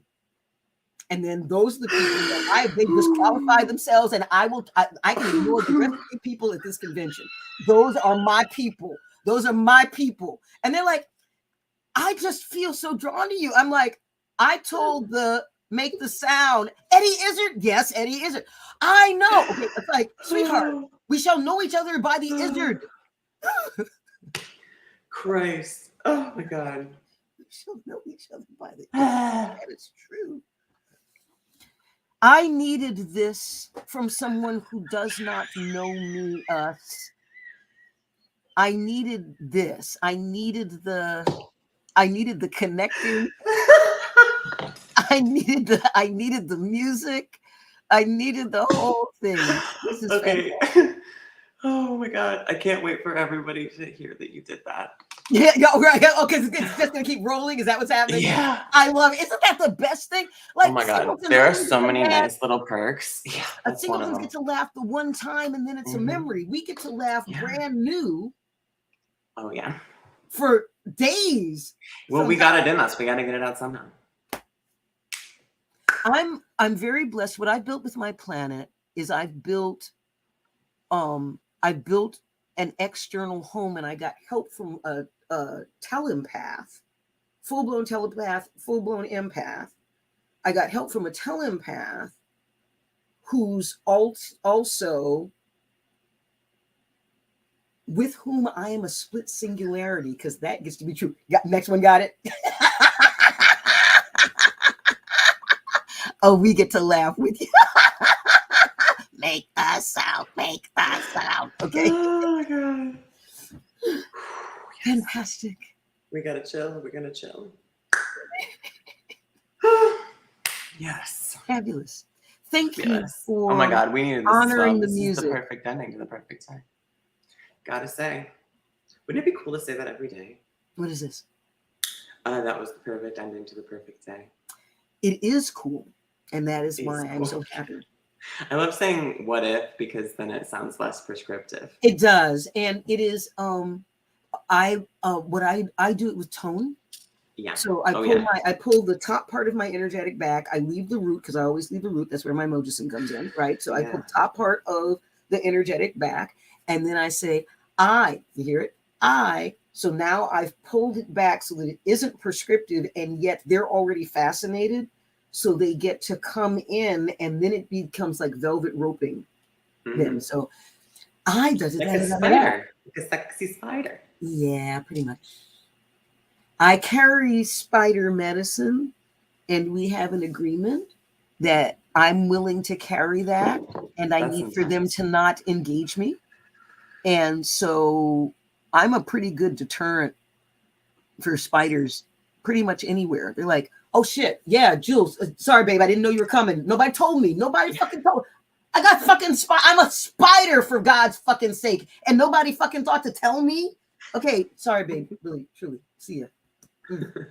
Right, hop on a little spider plane. I'm gone. I'm out, man. I'm out. That's awesome. Yeah, and no, it's great. It's great. It's really good.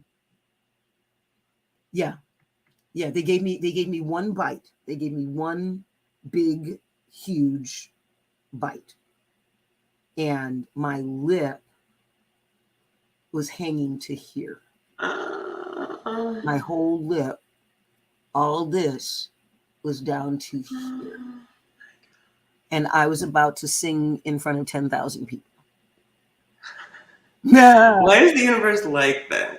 Spider was like, no, babe, we're going all the way. If I'm gonna bite you, yeah, and I kill you, we're gonna make this legendary. It's not gonna be about the bite. It's legendary. Gonna be about the way the spirit works. So, like we're going all the way. And I literally saw my lip in the mirror, and I was like, I'm supposed to be a legend if I don't die. That's what I used to say, if I don't die. I'm supposed to be a legend if I don't die. Okay, I can work with this. That's the day we found out that we never give Julie, on my birth certificate, we never give Julie Benadryl. We don't give Julie Benadryl. That's not good. That's very give bad. the dog Benadryl. Don't give Julie Benadryl. Give the dog.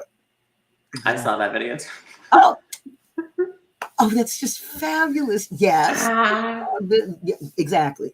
Yeah, don't give. Yeah, that goes badly. It goes fine for us.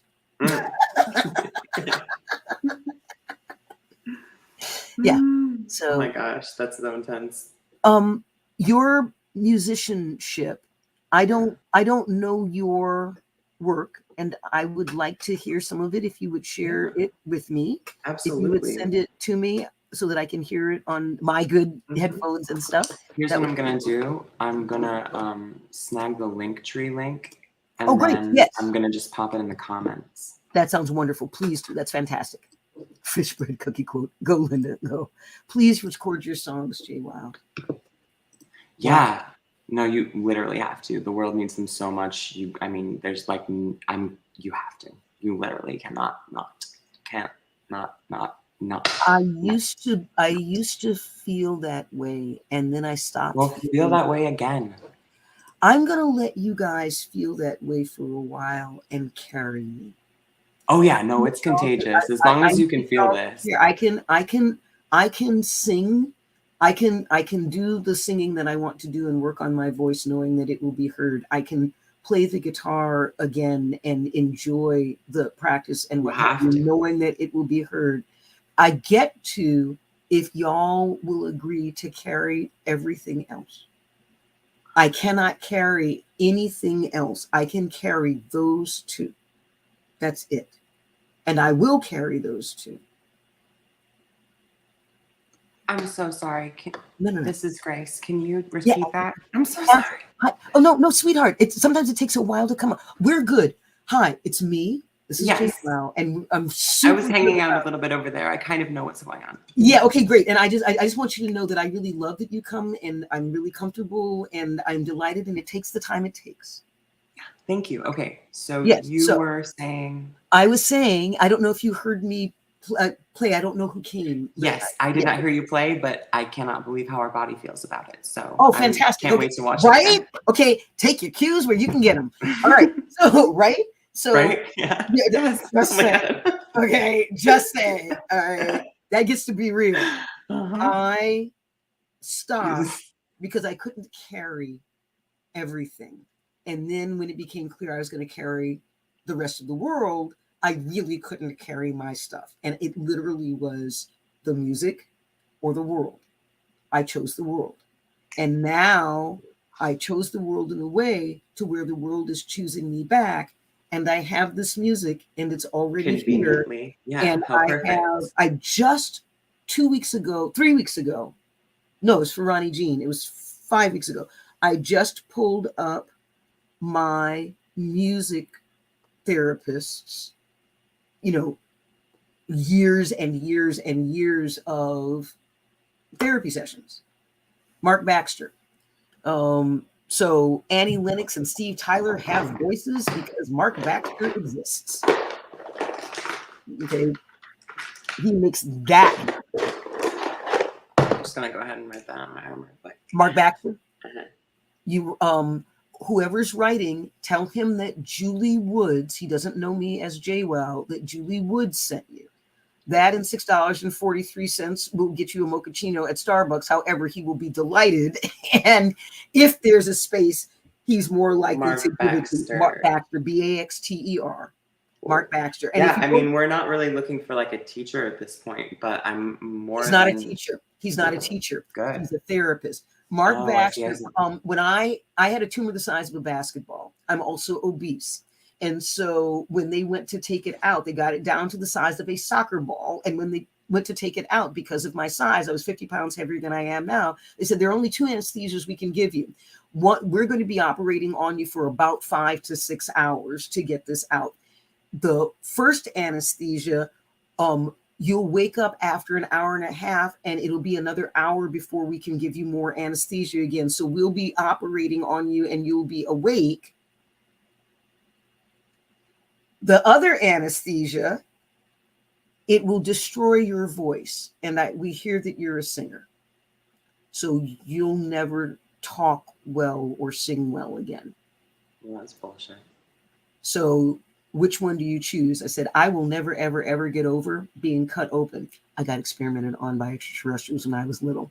We'll talk about that later. I will never, ever, ever get over being cut open and being awake. I can't do that. I can't do that. However, I have somebody who can repair my voice. You're hearing it.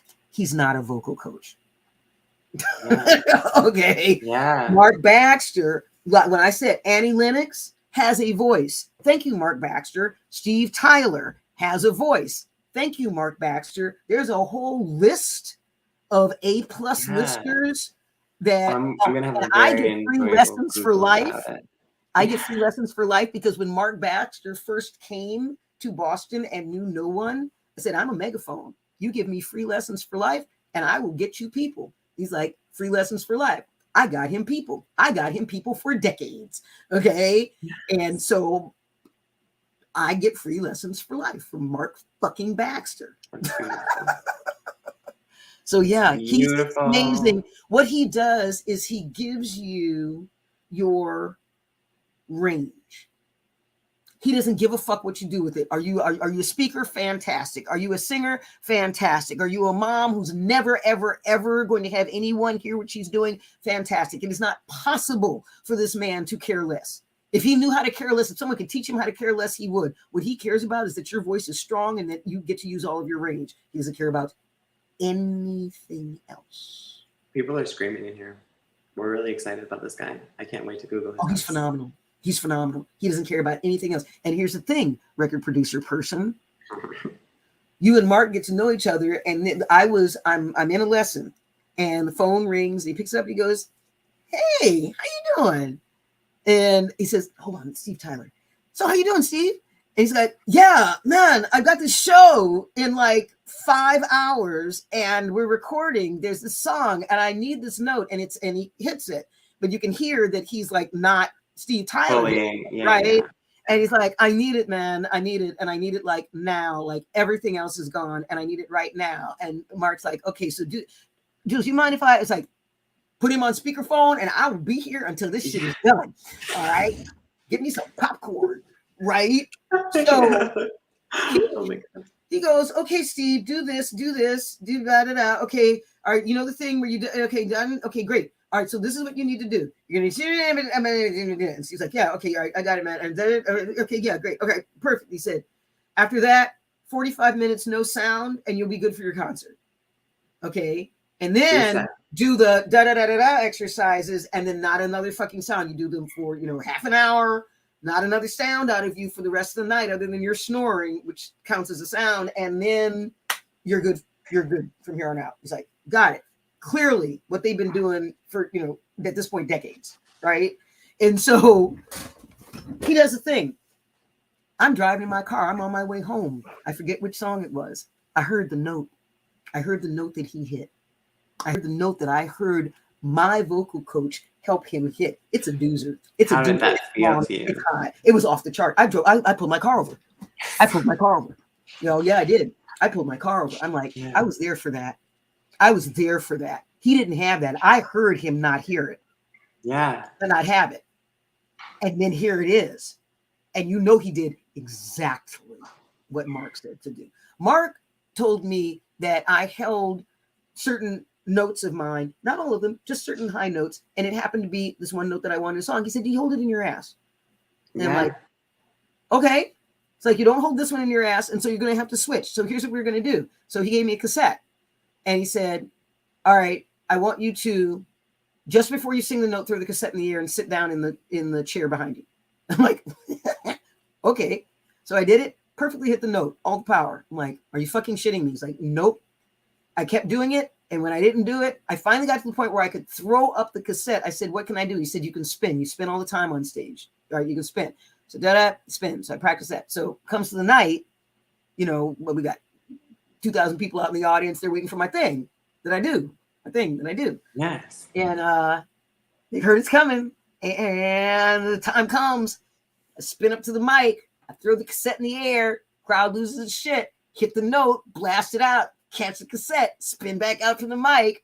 Right? And at the end of the night, they're like, is the cassette going to be part of the show?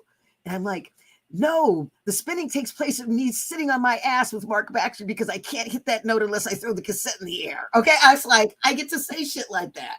Yeah. Right. And it's rock and roll, man. I love it so fucking much. I'm dead again. I had, okay, wait, this is true. I'm being an old lady, an old rock and roller. I'm so ready.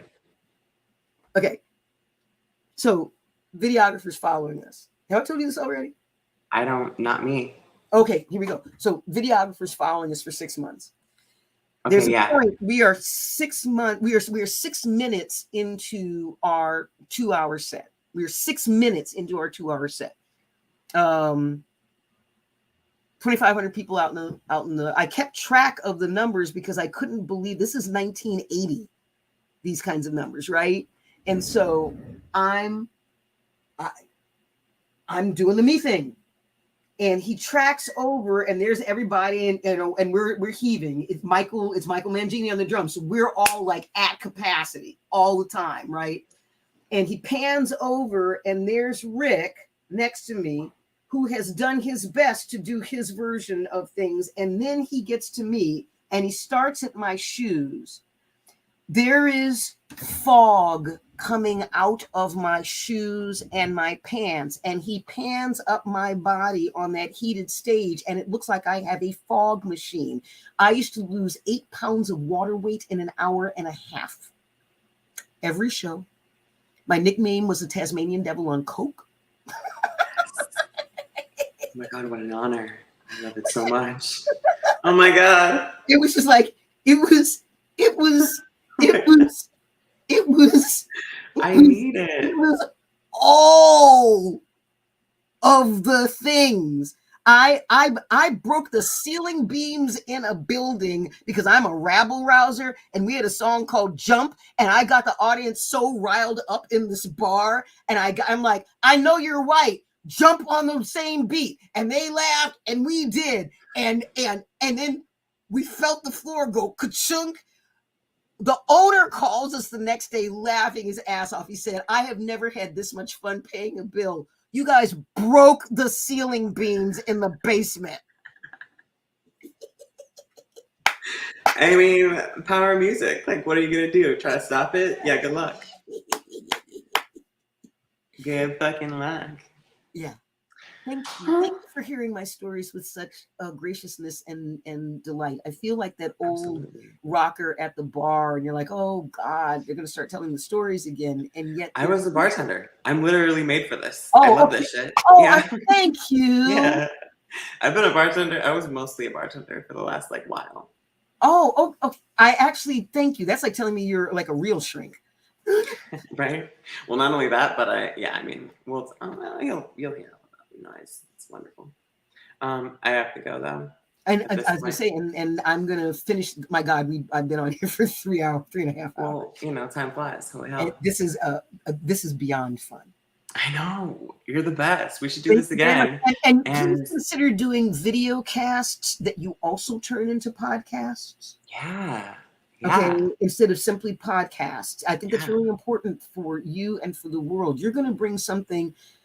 You're bringing a thing, and I'm honored to be asked to be a part of it. So thank you. We are honored to be asked to be a part of it. So well, at this point, actually, it's not really an ask so much as a demand. I mean, we need it actually. So I want to hear. Here's what will help us. You love the camera, and so do I. And I want to do more testimonials for people.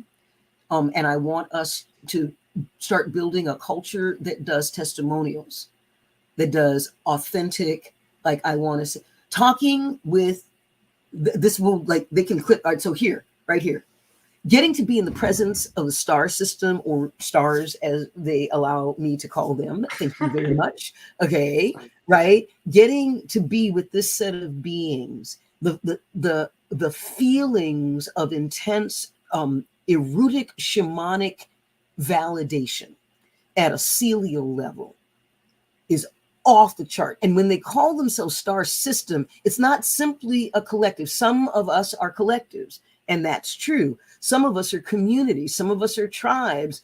Star system is actually a system. Like, you see the system work. We have the pleasure and privilege as the rest of the world that is not in star systems, as they call it, handbag. I call it a meat sack. They're inside their handbag. All right. Yeah. They're doing a system thing that's really yummy and really accessible. Thank you. So we get to listen, and we get to learn, and we get to grow. And I invite you. I'm JWoww of Planet JWoww, and I invite you to listen closely and to watch closely what Star System is doing, because there's some shit happening there for the world for now and the future. You just got to pay attention. Yeah. And hopefully you have enough attention, because there's a lot of them. All right. Yeah. Well, I mean, like, if you're not going to pay me money, at least pay me attention, right? Yeah. And we're gonna change that and pay Star System money. Like, I want people to. Well, actually, yeah. Let me pop this in the thing, because you can actually even donate, right? Yeah, exactly. Do that, and I'm gonna get to the point where I have another subscriber. Yay! Yay! And I get to. I wonder if that's Linda. It might be. Linda's everywhere. In a wonderful way. Yes. Yeah. What are you doing? I need to get better about that. What we're doing. We're putting it in the comments, darling. Yeah. Yeah. Exactly. This isn't. We're gonna put how to drop you a donation in the comments. Yes, I'm about to pop them in there. Yeah, this is actually, it's the master thing. Oh, come on now. Oh, like the link tree kind of thing? Yeah, it's a link so you can. Perfect. Yeah, I'm gonna get one of those. Please learn. I'm gonna ask. I hear the request behind the demand, and I'm Okay. going to hold. I'm going to hold those two. I'm going to hold that because I've got abuse stuff. Oh gosh, okay. I'm Yeah, really and no, sorry. no. I don't want you to take it back. I don't know what you just said because what happens was I had to open the thing in another window and then it was just like 4 Too much. sentences at once. I Yeah, really couldn't parse out what you were saying. not But I put not it in there, I found it, and it's good. I'm okay. so And sorry. Thank you. well, I Please. wanted to see it. It's not showing up in the. It's not showing up. It's not showing up. Oh, there it is. No, I think it's coming. Hold on. Nope, that's not it. It'll come. It'll come. Yeah, it'll come. And if not, I'll put it in the comments after the fact. Thank you. Yeah. I hear the request inside the. It's a demand. You have to, and Oh I yeah. take that with the endearment that it's wrapped in. I also am being clear to folks in the world. Star System gets to do that. Star System gets to do that. Anybody else come up to do that with me, and you're going to need an orthodontic surgeon. Yeah. Okay, so Well, like and we give people I'd love to permission. clarify what I did to try to make that space for you and have you feel that comfortable with me. I'd love to clarify that if I could for just like a half of a second. Please. What I was doing, it was in no way demanding your time or attention, which is more invaluable than anything anyone could ever even imagine.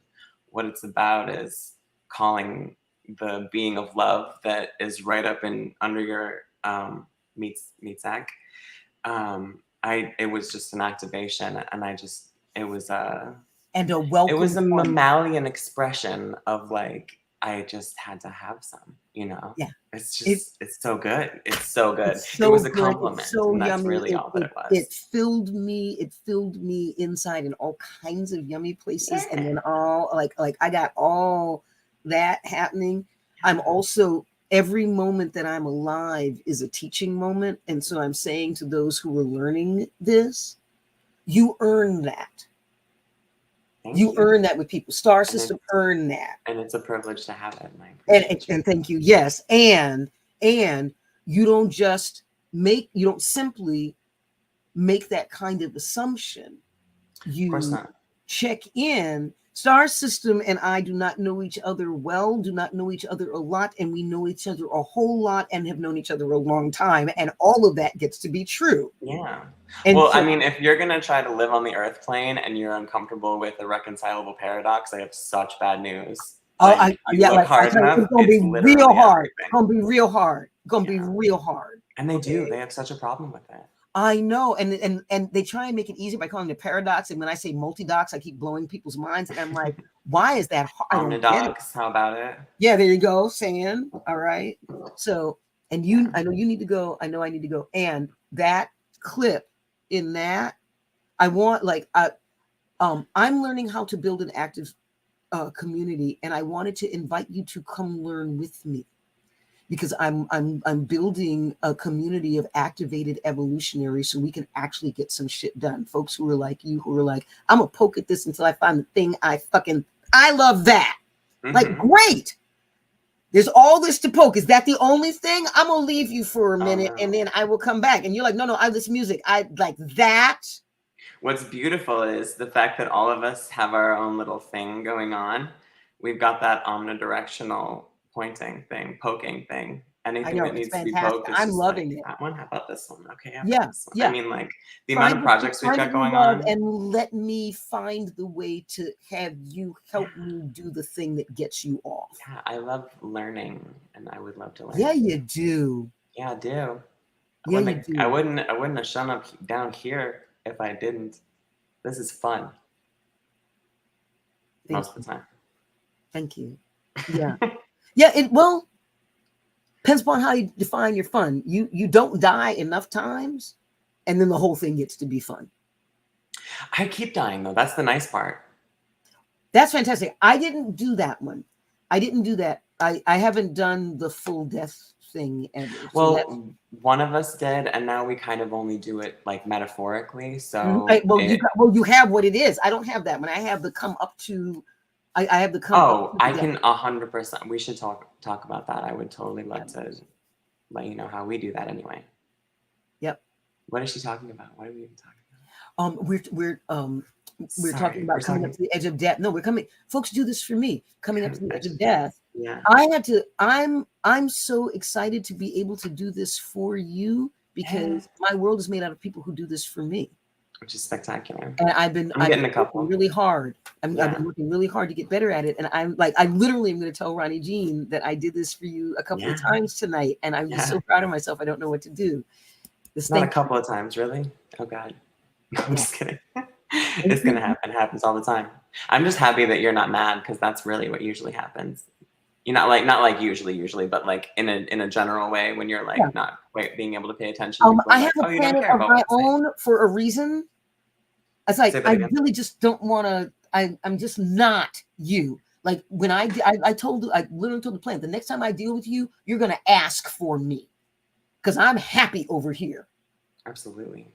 I don't get hurt over here. People love me. They think that I'm special. They take care of me. They are good to me. Exactly. They literally catch me before I hit the ground when I fall. I got that over here. So you can fuck off. Yeah. And the next time that I come back here, you're going to be asking Exactly. for me. Okay. And now You can have what I give you and you're lucky. yeah, and I am, and they are, and it's starting to work. I felt you feel my music. It didn't occur to me that I was early, even though I'm early in everything. It simply never occurred to me that I was early in Isn't music. it wild how it's just gotta dawn on you? Like I do this. Where's my hand? I can't find my hand.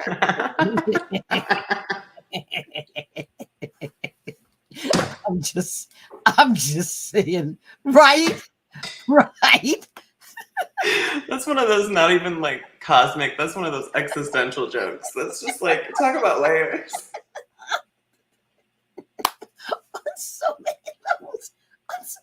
I've said that in alleyways. I've said it in boardrooms. I've said it in deserts. I have said it in forests. I have like, it's just, everybody gets it. Everybody gets it. People like, everybody doesn't get everything. No, everybody gets that one. Everybody gets that one. Everybody gets that one if they have more than a single digit IQ. Okay. I can't vouch for 9 and below, but 10, you get that. I love hanging with those 9 and below folks. Oh, that's a whole different discussion. And I have a different kind of discussion so that they get to enjoy it with me. I don't have the discussions that I have with other people because they don't get them and people make them feel dumb and I really hate it. So I have a different discussion with them. And yes, that's belligerence. Yeah, that's belligerence. I'm belligerence? Where was that? Not at you. Not at you. It's belligerence at the people who, belligerence at the people who are cruel to folks who are slower. Like I'm not, my paladins, according to the world, are with me to make sure that I don't fall when I'm on a cane, that I eat, that I do the things, and they take care of me. The part they don't tell you is that they are also there to make sure that I don't go to jail if someone does something fucked up and stupid near me because none of them can catch me. Right. Okay. I've been taking care of the world since I was 11 in 1971. I don't give a fuck who you are. Okay. I will get there first if some shit goes down. And they're like, yeah, okay, we're at least going to be on your ass. Okay, that part we can do. I'm like, I can handle that, but you don't, if I see a thing and I'm doing a thing, you don't get between me and the thing. If you're between me and the thing, then you're part of the problem. You don't get between me and the thing if I'm doing the thing. Okay, that's a warning to the world. You treat the people that I'm spending time with respect. Okay, because they had to work really hard to get anywhere near me. They had to know things and learn things and see things and be things to get anywhere near me. That's you want to know who to come you might to? have heard it took 2 years. Yeah. It took 2 years. You did your homework. You have already proven some of the things that you've seen. I'm like, no, you had to dig for that. That one, I know that one. And there is no way that came up on just popped on some thing randomly. You went looking for some shit. I told you my aunt told me about you. I don't think I know this story. Can you share it? Yeah. Who did she tell? Give me 1 second. Mm-hmm. Actually, we should probably go. Can we do that another time? Oh Can yeah, we do yeah. that first next Another. time? There will be other times. Yes. Cool. Fabulous. Oh yeah, we should totally do this. Okay, great. Let's Fantastic. message. We'll figure out the next one to do. Yeah. Okay, that would be wonderful. Okay. Thank you. Yeah. Okay. Well, we'll see Thank you very you. Y'all soon. were so And much thanks, fun. Linda. And thanks anybody who's watching this. Yes. after the Thanks fact. everybody. We love Thanks you. everybody, and thanks Oh wait, everybody over shit! in I can't just. Are you shitting me? No. Okay. Like, okay. So this was the first thing we were going to say, probably like maybe an hour and 41 minutes ago. The reason why we've been doing all this anchoring and to get into that vulnerable place is so that eventually people can literally wish on us. The way, you know what I mean? So we're not quite there yet, but we're definitely, I mean, you at this point you could definitely do it. Yeah. Like I've got enough space and I've got enough time for that in my life. Yeah. I'll do a candle for it even. Yeah. It is something that I do, and it's there's some things that will make it easier than I think the way most people do it. I think they work too hard. I agree. Witches are really, they get in their heads. Yeah. It's like, it's just not a thing. It's what we're actually built for. Mm-hmm. Yeah. All right. I'm going to let you go because you're fun. Go away. Safety, satisfaction, peace, love, creativity, freedom, grace with every blink, breath, and heartbeat. How about that? Look at you. I know, Drop that right? thing. That's how I do it. All right. Have a nice night. You too. Thank you, baby. Oh, thank you. All right. All right, folks. That was off the chart with Star System. That was off the chart with Star System. Yeah, I want a video cast. I'm going to find out, well, what's 20 grand? Somebody tell me the math on 20 grand by 10 months. If I did $2,000 a month, then that would get me to 20 grand. They're probably going to want me to pay it sooner than later. So if I can make it, maybe arrange it so it's like 4 months at $5,000 a pop, then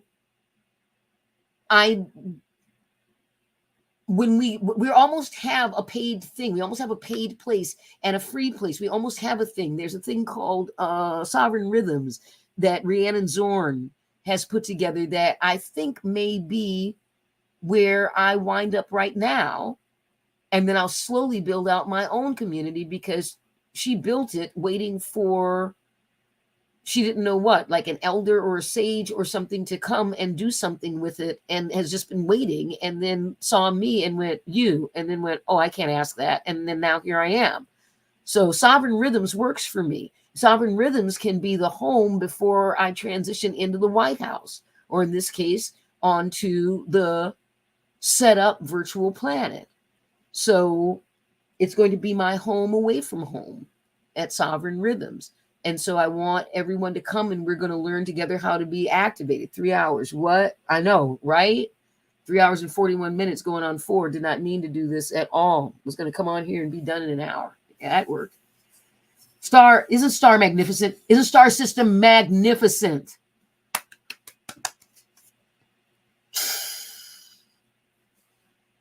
That was great.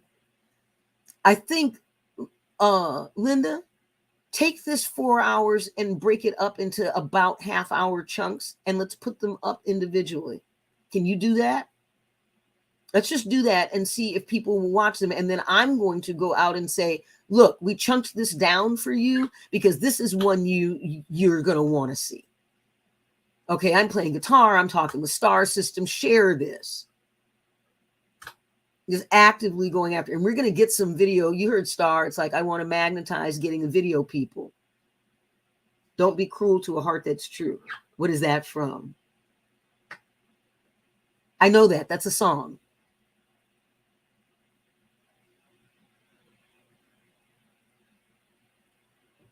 I'll know in a second because you'll write it down.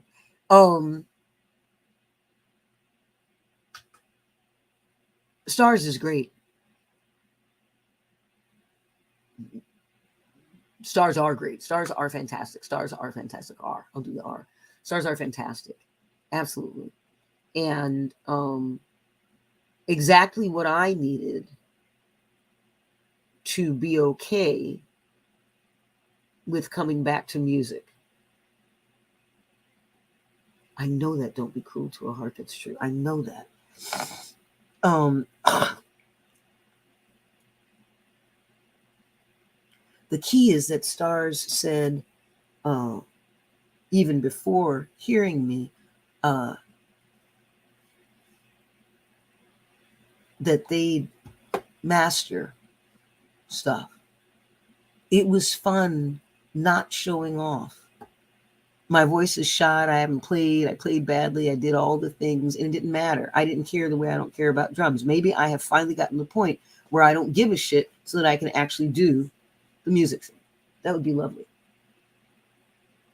I cared so much about singing and playing that I would shut myself down. If I was doing someone else's music, it was not a problem. But my own music, no. Nah, I don't care. I don't care because I wasn't planning on doing it. And I worked with the drums because I wanted to not care with the drums. And I didn't care with the drums. So I got to be a really great drummer really fast. And Star said bye to you. You two are cute. So, yeah. Yeah, we'll see. And there'll be a slow timing on it. And lots of room and no expectations. But sometime in the next year, I think something will happen. And that'll be really wonderful. And I think I'm going to start singing and playing guitar. I said, I think. I didn't say yes. I said, I think. There's no pressure on anybody in here. No pressure at all. And if I don't, I don't.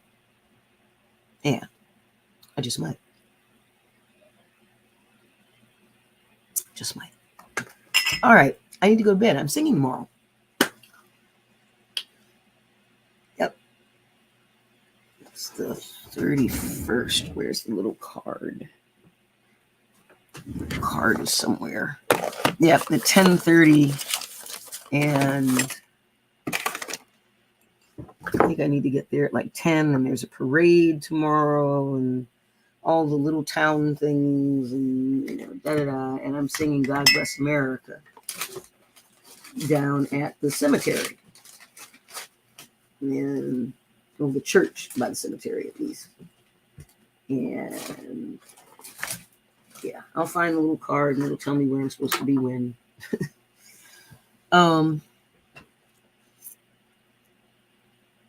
Something happened tonight, y'all. I just picked up the guitar and played. I'm starting to believe that you guys are actually there, that you're listening, that I'm getting this stuff ready so that you can be listening to a lot of things while I'm moving on.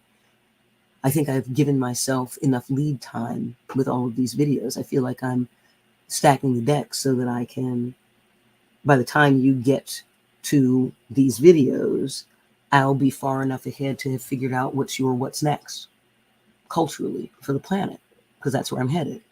And this is exciting. And I'm starting to tell people, you want to know what I'm doing? Go back and look.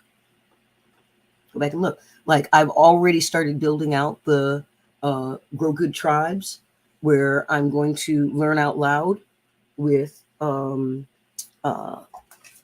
Jerry Littlejohn and Rhiannon Zorn and maybe Rainey, how to build a tribe on this Mighty Networks, right? And invite people, because I want to get everybody off of Facebook who wants to really be active with me. And then I'll be focusing with the people who are active on Mighty Networks with me. And I will every once in a while post something on Facebook so that people are still connected. Right now, I'm looking for people who are going to be active, who are going to play with me, who are going to help me make the world better. I need more hands, right? And I've done lots and lots of inviting. And now I'm looking for the people who are answering the invite, like you, Linda, so that we can actually get something made, because that's where we are. And so it's really lovely that Mighty Networks turns out is already set up. And it's set up under somebody else's thing so that I can be a guest, which I like to be.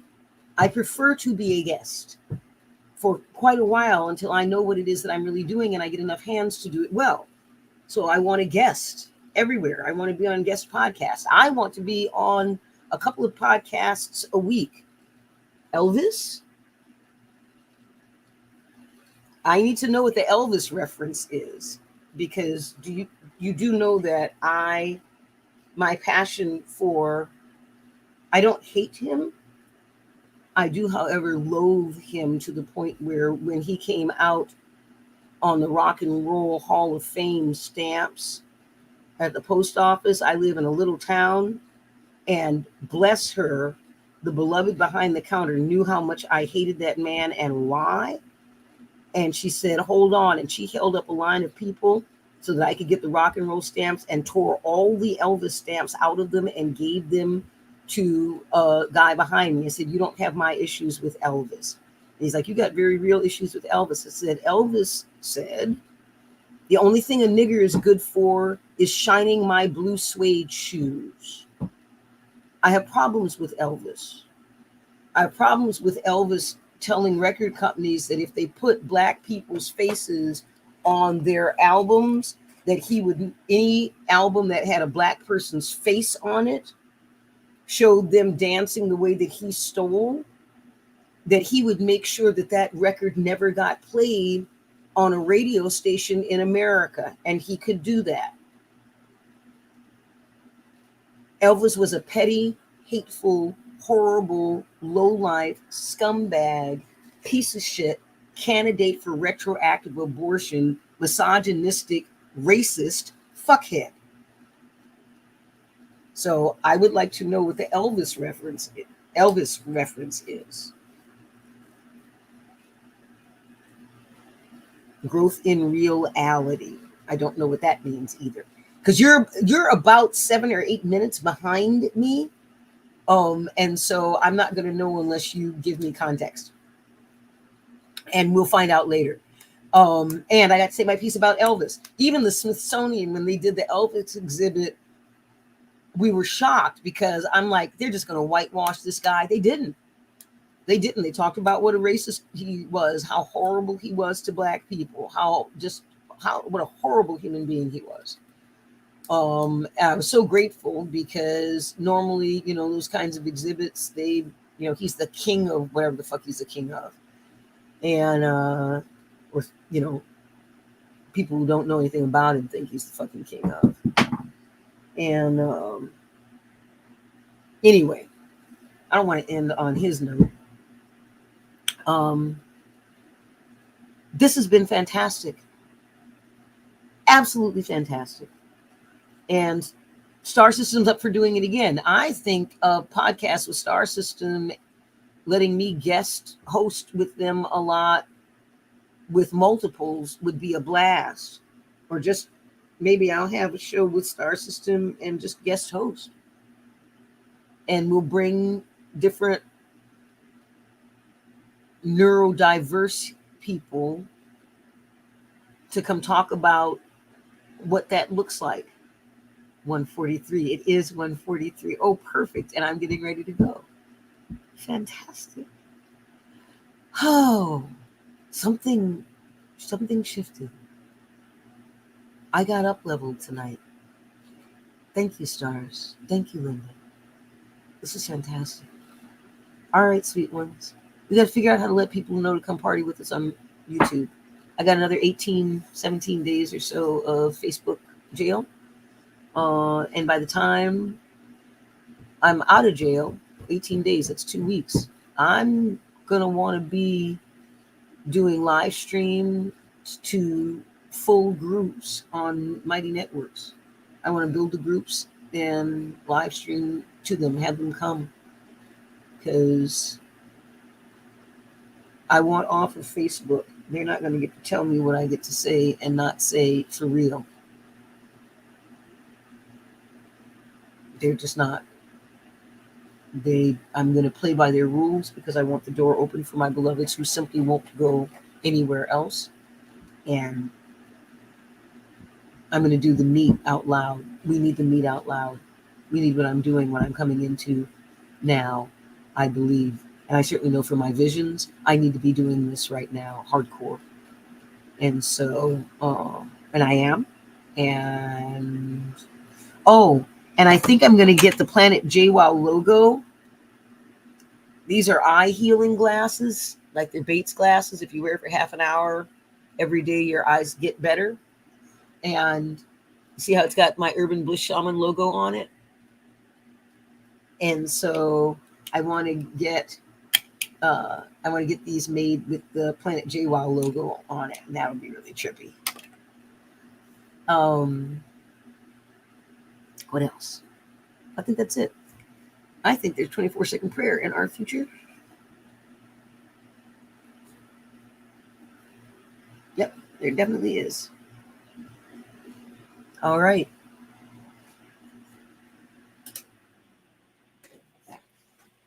Being inside, just incredible power and gratitude for all of what's possible and all of what we're doing. Thank you, everyone. What I'm drawing to me is people who will now share. Linda, you have permission. Anything that has struck you, that has blown you away, I want you to go back and find it and clip it and put it up. I want you to just clip everything. I want you to do what you do with memes. I want you to do it with clips. Don't be cruel to a heart that's true. Ari, low IQ. Oh, Elvis said, don't be cruel to a heart that's true. Now I hear it. Yes. And that's why I couldn't remember the song, because I try not to listen to him. And yet there's that. Don't be cruel. Right? Exactly. I got the military to put mentally challenged folks and low IQ folks in with the engineers and teach them all at the same time, because they've been separating them. They learn better. Both learn better. It's learning. It's not how much you learn. It's the learning of it. It's the up-leveling that happens. When they got that, it was great. All right. So I'm calling the active folks and the hands. And I'm calling the intense magnetism for them to come. I think that stars is one. You have been steadfast, Linda.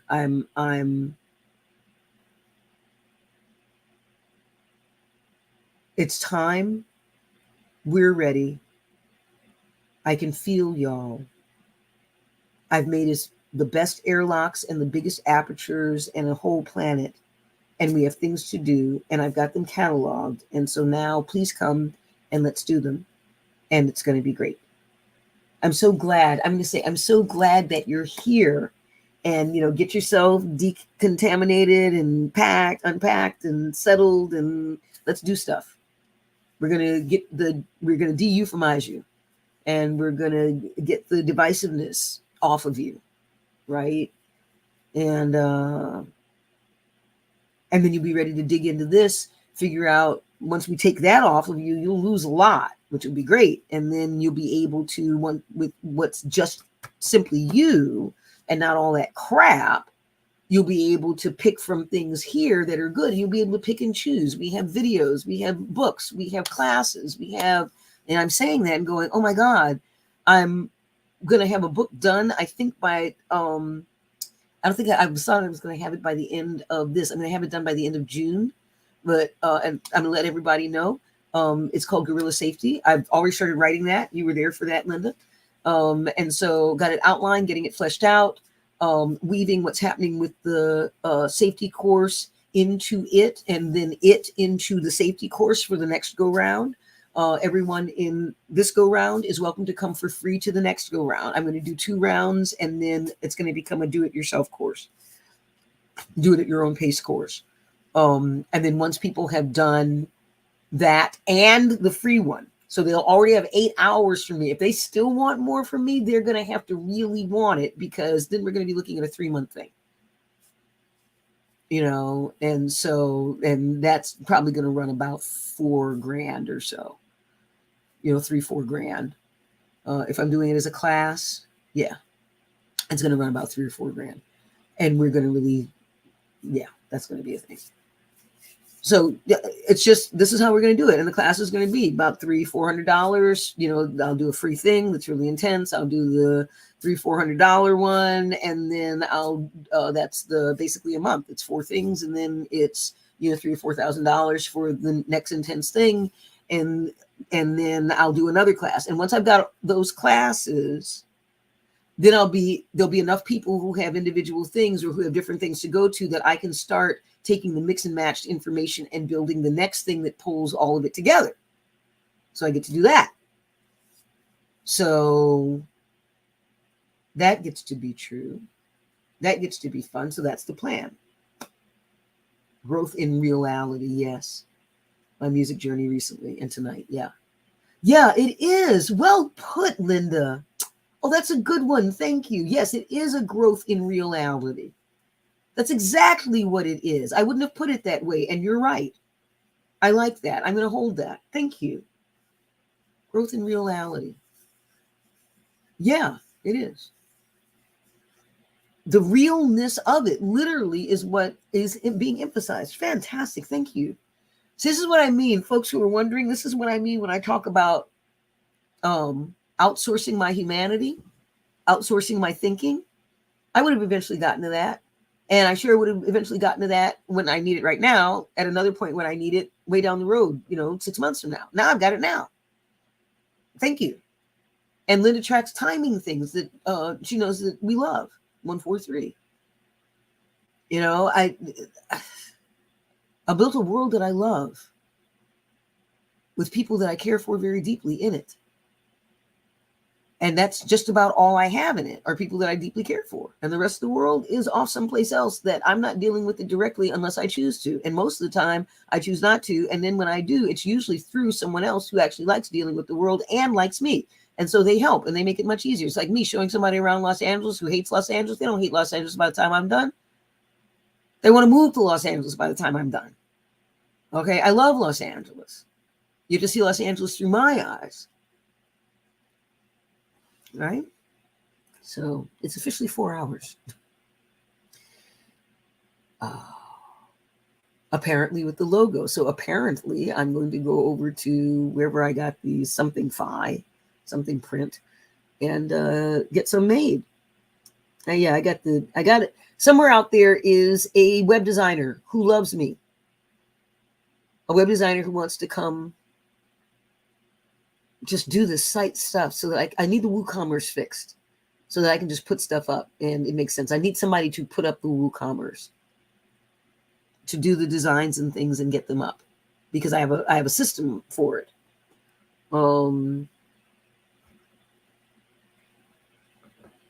Yeah. And if they've got a better system, I'm all in. So, okay, that's it. I am going. We're going to do the prayer. We're praying for all the things. Praying for people, praying for power, praying for folks to show up now. And I mean, I want emails tomorrow. Money. I want folks to show up. I want folks to show up for the safety course. Really get it and join the safety course now and the next one. I'm going to announce the next one probably tomorrow.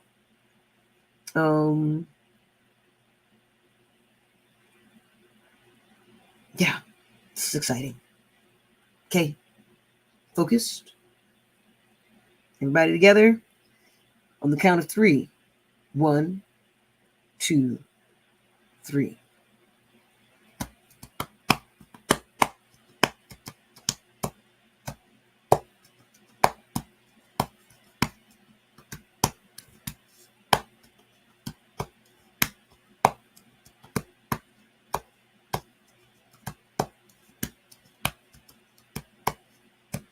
Three, 2, 1.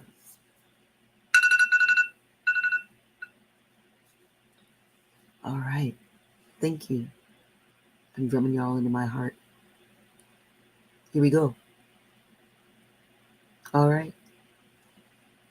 I'm JWoww, and I am from Planet JWoww, and we are a tribe-sourced human.